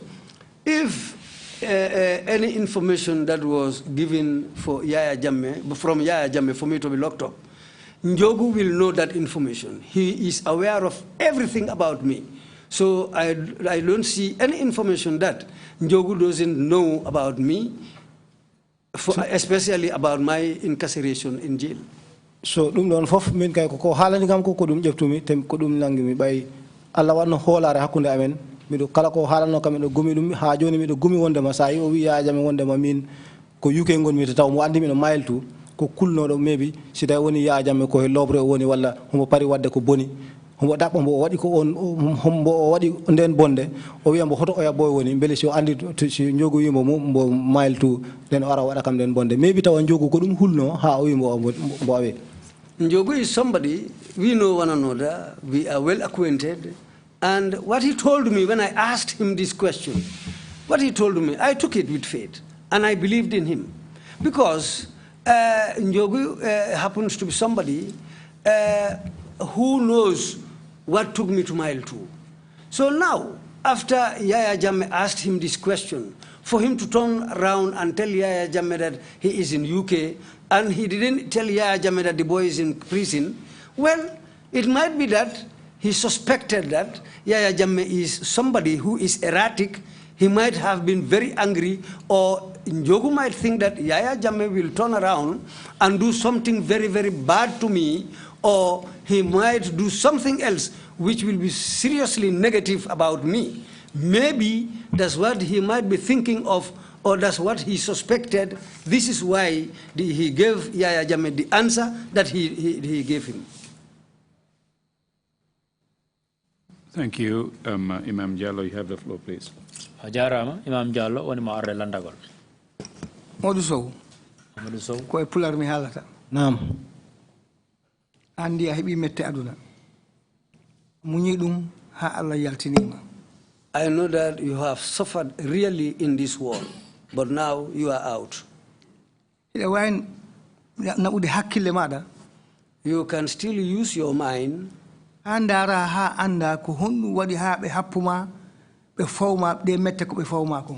can still sit down and think and rationalize why something like this was placed on you, why they did this to you. If it is people, wicked people who decided to set you up, or is it because of hypocrites who decided to do this to you? Or it is Allah who gave you a good mind to be doing a good job? The reason for me to ask you this question is for you to help the youth of the Gambia. Give them a mind. Just like the mind that God gave you. Whatever happened to you, you decided to take it with faith until you came out. May Allah protect and bring peace to you.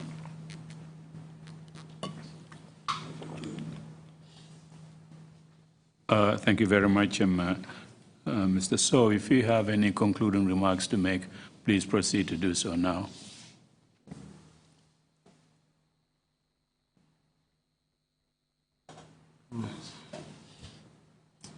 Mr. Chairman, the Honorable Commissioners, the Council, my councils there, from the lead council to the deputy and all the other councils, all other protocols observed, my press, my friends here. I don't have much to say, to be honest. I have been praying that this day come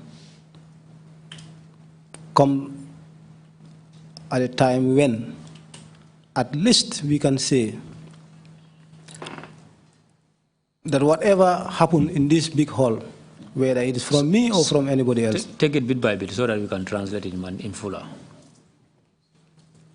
We wonde mo yetta yimbe wonbe do ben fo mo yetta council makko woni lawyer makko kanyum e journalist be wondo do ben kanyum e wajira makko wondo wonbe do ben fop e commissioner ben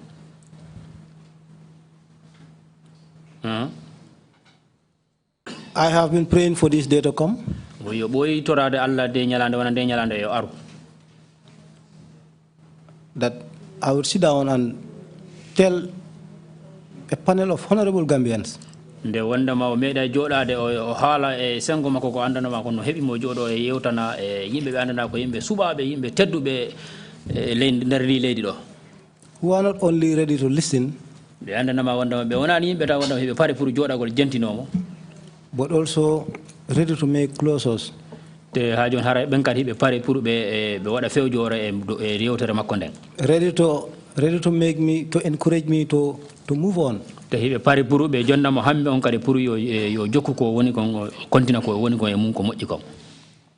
I have given this type of testimony to some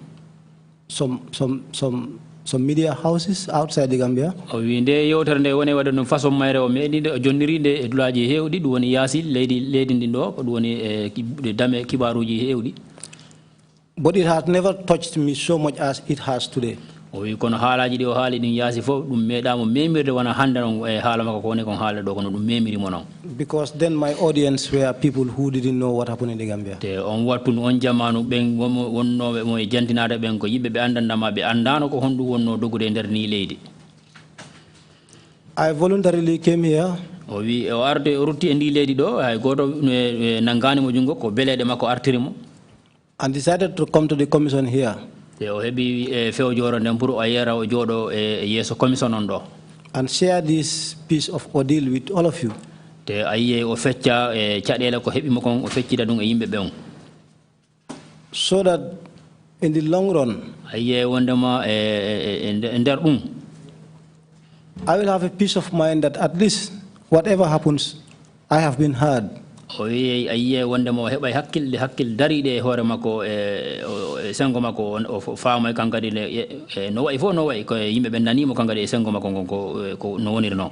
And it gives me the assurance that ɗum jonnimo anni hamme on le the perpetrators of whatever happened to me and to any other person who had passed through what I had passed through are also hearing. yimɓe waɗuɓe mo ɓen ɗe caɗele e makko ɓen kadi jonniɓe laawol wondema ɓe jooɗo ɓe jentinowo ɓe nana ko heɓimo kon. They will know that yes, whatever game they were playing at me, if they were playing one, I was not playing along with them because I didn't know what happened. ɗum holla ɓe wondema baɗe ɓe wonnoɓe wadde fof ko baɗe ɗe andanama wondema kanko dal o bokkano e baɗe ɗen. And just like I used to do in prison as a survival tactic, I will still encourage myself with the same survival tactic here by my own slogan. o wi feere nde waɗayno nden nde wonno nden ka kaso nden ɗum woni ƴoyre nde waɗayno nde ha joni ko nden ƴoyre wotere o kontinta ɗo ɗum woni ɗum. I used to encourage myself every day of the two years that I spent there. I said to myself, well, they can kill me, they can imprison me, but they can never imprison my innocence, they can never kill my innocence. Even if I die, my innocence will live. hiɓe wayla warde kono si ɓe waraylan kadi ɓe wawata warde lan ittude gonga gon ko woni kon e an e ko moɗani kon kadi goɗɗo wawata lan gongintinde ɗum sakko wiya hiɗa gongilalan ɗum. So this also gives me the opportunity to tell those people who I work with. de ɗum kadi jonnimo laawol ɗum woni o haalana yimɓe ɓe andanda himo liggota ɓen ɓe o liggotata ɓen. Whether it is now or before. Ndako joni ndako siko joni siko ko yawti kon kadi. Let them know that I was incarcerated but I did nothing. foti famude wondema o nangama o sokama kono o waɗani hay fus. I did nothing absolutely. O waɗani hay fus ngal Allah. So if any one of them were looking at me as though I had been doing things that were not consistent with the job that I do, with the trust that and confidence that was bestowed on me. Gollidata ben sayi woni mondoma hibe ndaarde mo yitere wondana yitere bonde wondama kanko ko wodi ko wadi ko andana ko boni e dow ligge makko den. I take this opportunity to say that since I am still on the oath, I am definitely innocent. I did nothing. O wi ha joni nde wonno kanko do haalde do ko wati alquran on ha joni mo labbinde wondama e kanko dal o wadani hay fus. The second part, which I want to make very, very brief, is to thank before all of you honorable selves here to acknowledge and recognize the effort of some of you for not only me but for other people who had no voice at the time.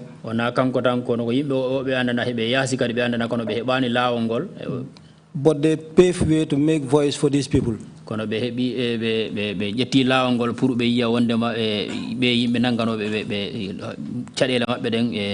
They stood for me and they are still standing for others.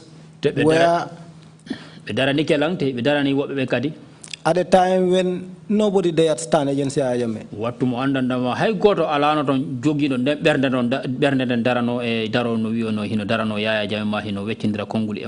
I would like to thank the media, particularly the Froya newspaper, the Fatul Network, who published my case too.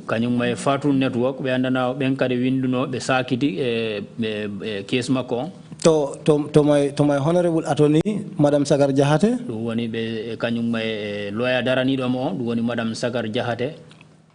thank them very much. Yettugol be mum no feewiri From the bottom of my heart. te yettugol ngol no immori hakkunde bernde makko den ko laabere bernde woni be yettirde. Not only from me, but on behalf of my family who couldn't be here to say it themselves. Yettere nden kadi immorani ko kanko tan ko sengo makko tan no immore feccere be ngura makko den fof be andana wonde be fonno arde do kono be ronku arde pour be jentino CDA-gal makko ngal yeso commission on. I will want this commission to help me with one single thing. O wi kono ha joni himo faala commission on walla mo gedel gotel. Because after whatever happened here today, O wi sa ndartinde kala ko wadi do hande, when I go back to work, si o ruttike ka place ka o gollata ton, there are so many things that remind me of the past. no wudi be gede dudude ko andana wonde andintinema ko yawtuno kon baawo. I have so far ignored a lot of them. O wi kanko nan o itti hakkille makko ko duudi e mum o yejjinkini e mum ko duudi e mum ko wadno ton. If there is any possibility, o wi so tawi hino wawi heɓade, I want to change my work venue. O wi o faala torade pour o wawa sansude e ka o liggotata ton o wawa sansude o immoro e gonɗon sengo. Throughout my career as a civil servant, O wi e ndel aduna makko on fof liggatagol e ley laamu. I have served only one office. Ko nder office goto tan o liggi e nder gurdal makko ko gila fuɗɗi ligge laamu. That's the office of the president. Ɗum woni office jooma leydi ndin ka office makko. I served the former government for 9 years. O wi laamu wonnongu ɗo ngun o liggodima ɓe duuɓi 9 and ended up in detention. O sakkitori e jungo.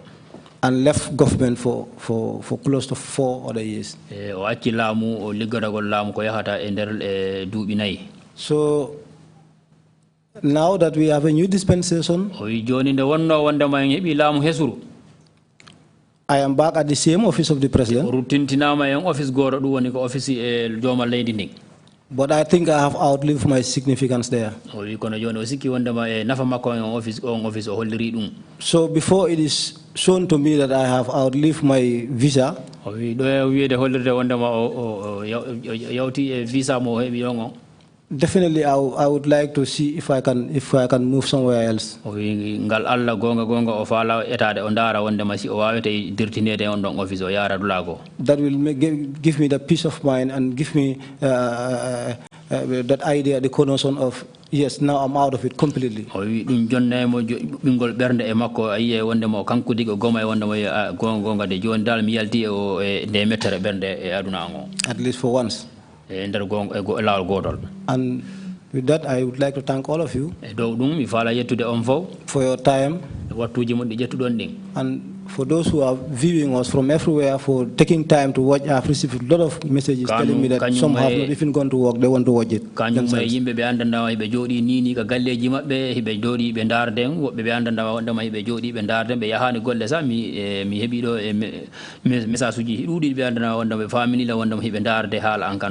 I want to thank all of them and to tell them that the reason why I am here today was because I have the hope that coming here will give an idea to the people who are here, whose recommendations will matter tomorrow. We chadel ko dalila ko sabab ko awadi mi ari do kon ko duwoni argol haalugol do mi haala ko chadele ko fawi e an kon ayi wondema be hol be yehi golle de haade pari be jonna yamirore de andana ma wondema inde wona e yamirore de andana de nafo yay jango. Recommendations that will guarantee that my son and my daughter will go and work at the office of the president without fear of being detained. Yamirorande andandama wondema jango makko ben kanyum sukabe makko ben kanyum miiraabe makko be makko ben jango sibe hebi lawol al arskibe be o liggike en office kanko dika wonno gollude don ayye dum nafoyebe jango. At least to create measures where the system can no longer use their powers to abuse people's rights. Dum jonnoyabe ebbore de andama wondema liggede be woni e munden siko bibbe makko ben siko kala siko tanirabe dum jonnoyabe ebbore de andama wondema dum jonnatabe bittere bernde ko andama tampinabe nder on office. And also to speak on behalf of those at the prisons that are left there.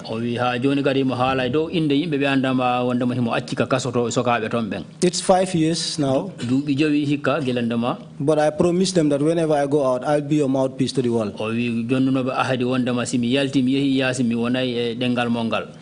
So I would like this commission to look at that prison carefully and definitely do whatever it is in your powers to ensure that the system puts in place a prison that is standard and commensurate to human life. Ha joni himo toro on commission ƴettu dole mum den fof wadama hide jogi den pour dartindo on e gon hoggo don dum woni pikkaso on don be ndara ko honno be wata sansirde ton pour yimbe wonbe don ben kadi kambe kadi be heba e gurnal ngal andanda wondama e ngal wana be seeda.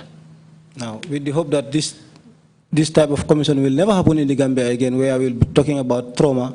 Aye wondema sifa hebugol wana dum do commission dum do darnugol dum do wigol yimbe ya aru be haala cadele de andana mettu bernde ko andana ko dum fawi e hoore mabbe e nder ndi leydi do Gambia do. I pray that God gives the Gambia the peace that we've always been known for and we've been yearning for, and let it reign and stay here in this country. Mi toro Allah hulat don e okku en jammu andandama wondema aduna on do fo wondu tundu do fo ko on jam andira den ete enen kadi ko on jam wonde ngabanade sundulla pour on jam e daro e leydi ndin. I thank you all. Mi yetti on fo. Thank you. On jarama. Jarama, Mr. Sowe, and thank you very much again, for coming to testify before us. Ajarama kiaman wi ajarama pour jabugol ma ara e jonna seede yagal mangal e yeso commission on do. Prisoners, some detainees focusing very much on a period of detention on reading the Gospels. Yimbe be andama be joga ka kasoto pour be accita hakkilleji mabbe pour jangugol e bukkuji andama dum e faminay be uddintita hakkilleji mabbe kadi ends up having some impact on these detainees. The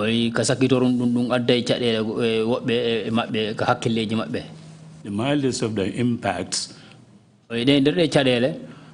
is how they end up, after leaving the detention, how they end up speaking in biblical and Quranic terms. Sibe du woni sibe accitama kadi be joga ton ko no be yewtirta non din di alquranuji din kanyum e ko be jangi ton kon den ko no be halirta dum no be yewtirta dum non. I was waiting for your longer intervention in English to see whether or not you would be using biblical and Quranic terms. Hari mi boy habba dama mi dara mi do acciti hakkille ma e nder haala magan a haalay do haalaji di andana wonde ko dum a jangi dum don ka kasoton dum woni e nder sango alqur'ana on da haalay nanen men dum do. I think you've done extremely well. Sikki wonde ma a wadi ko no fewi ko fewi. And speaking in normal terms with all of us, but not forgetting reference to the Quran.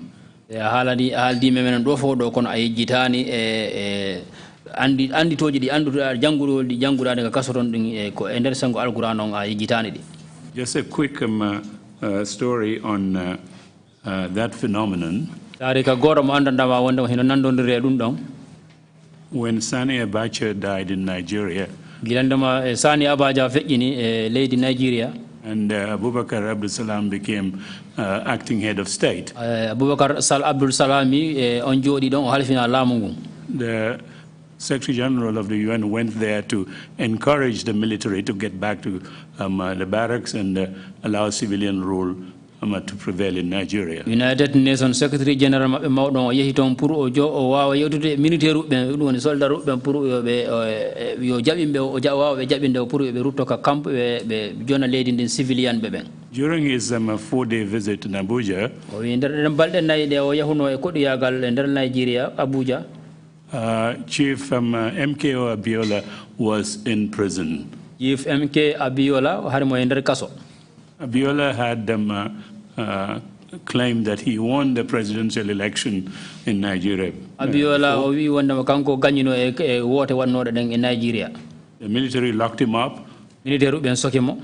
And he was in solitary confinement for several years. Solitary confinement duuɓi heewɗi. But during that visit of the Secretary General in Abuja, United Nations Secretary General maɓɓe on gila o yahuno e koɗungal leydi Nigeria. The Nigerian Secret Service secretly came in the middle of the night. Nigeria gardoɓe maɓɓe andama ɓe jogii gardugal ngal e nder gundoji ɗin ɓe yehi Nigeria ton. To take him to meet with Abiola. Ɓe yehi pour ɓe naɓimo pour yo yiidu e Abiola. I went with him. We were put in unmarked cars. And taken to Aso Rock, that's the presidential compound. Abiola was taken from his prison cell and put in a guest house in the presidential compound.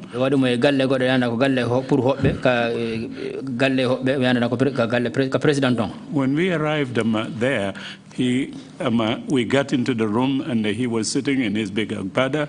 And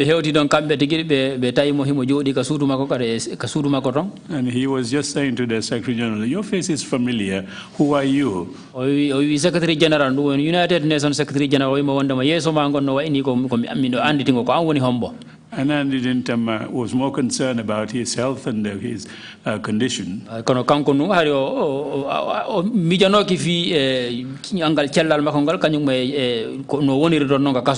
But occasionally he would repeat his question, who are you, who are you? Because he said they didn't tell him who was coming, they just asked him to put on his agbada and said, you're going to meet an important person.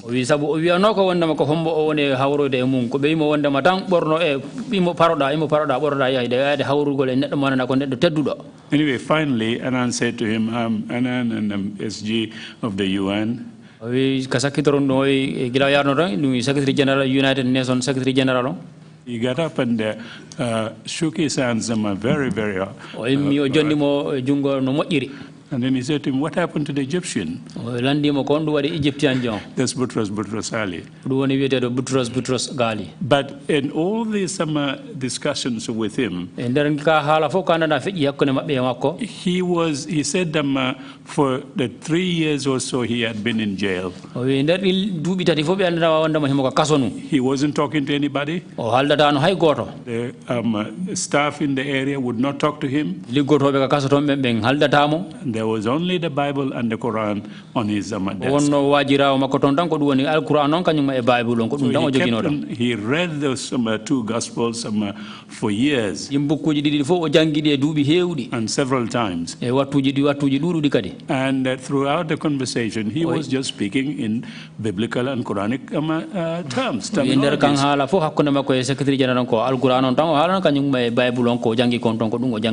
I was waiting to hear you speak in those terms.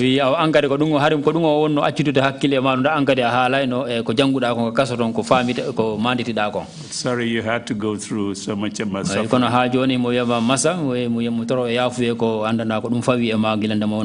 For no reason at all. Later on, I said to Abiola, when he was asking lots of questions about the Gambia,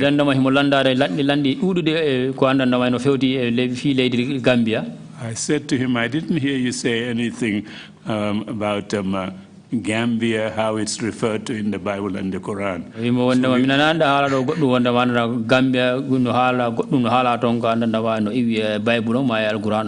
But he was quite gracious. Unfortunately, a week after we met him in Abuja, he died.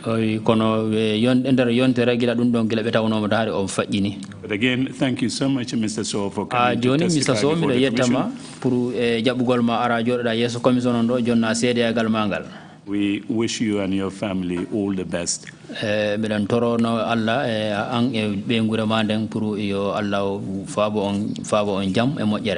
This brings us to the end of our proceedings today. We will meet tomorrow morning at 10 o'clock. Thank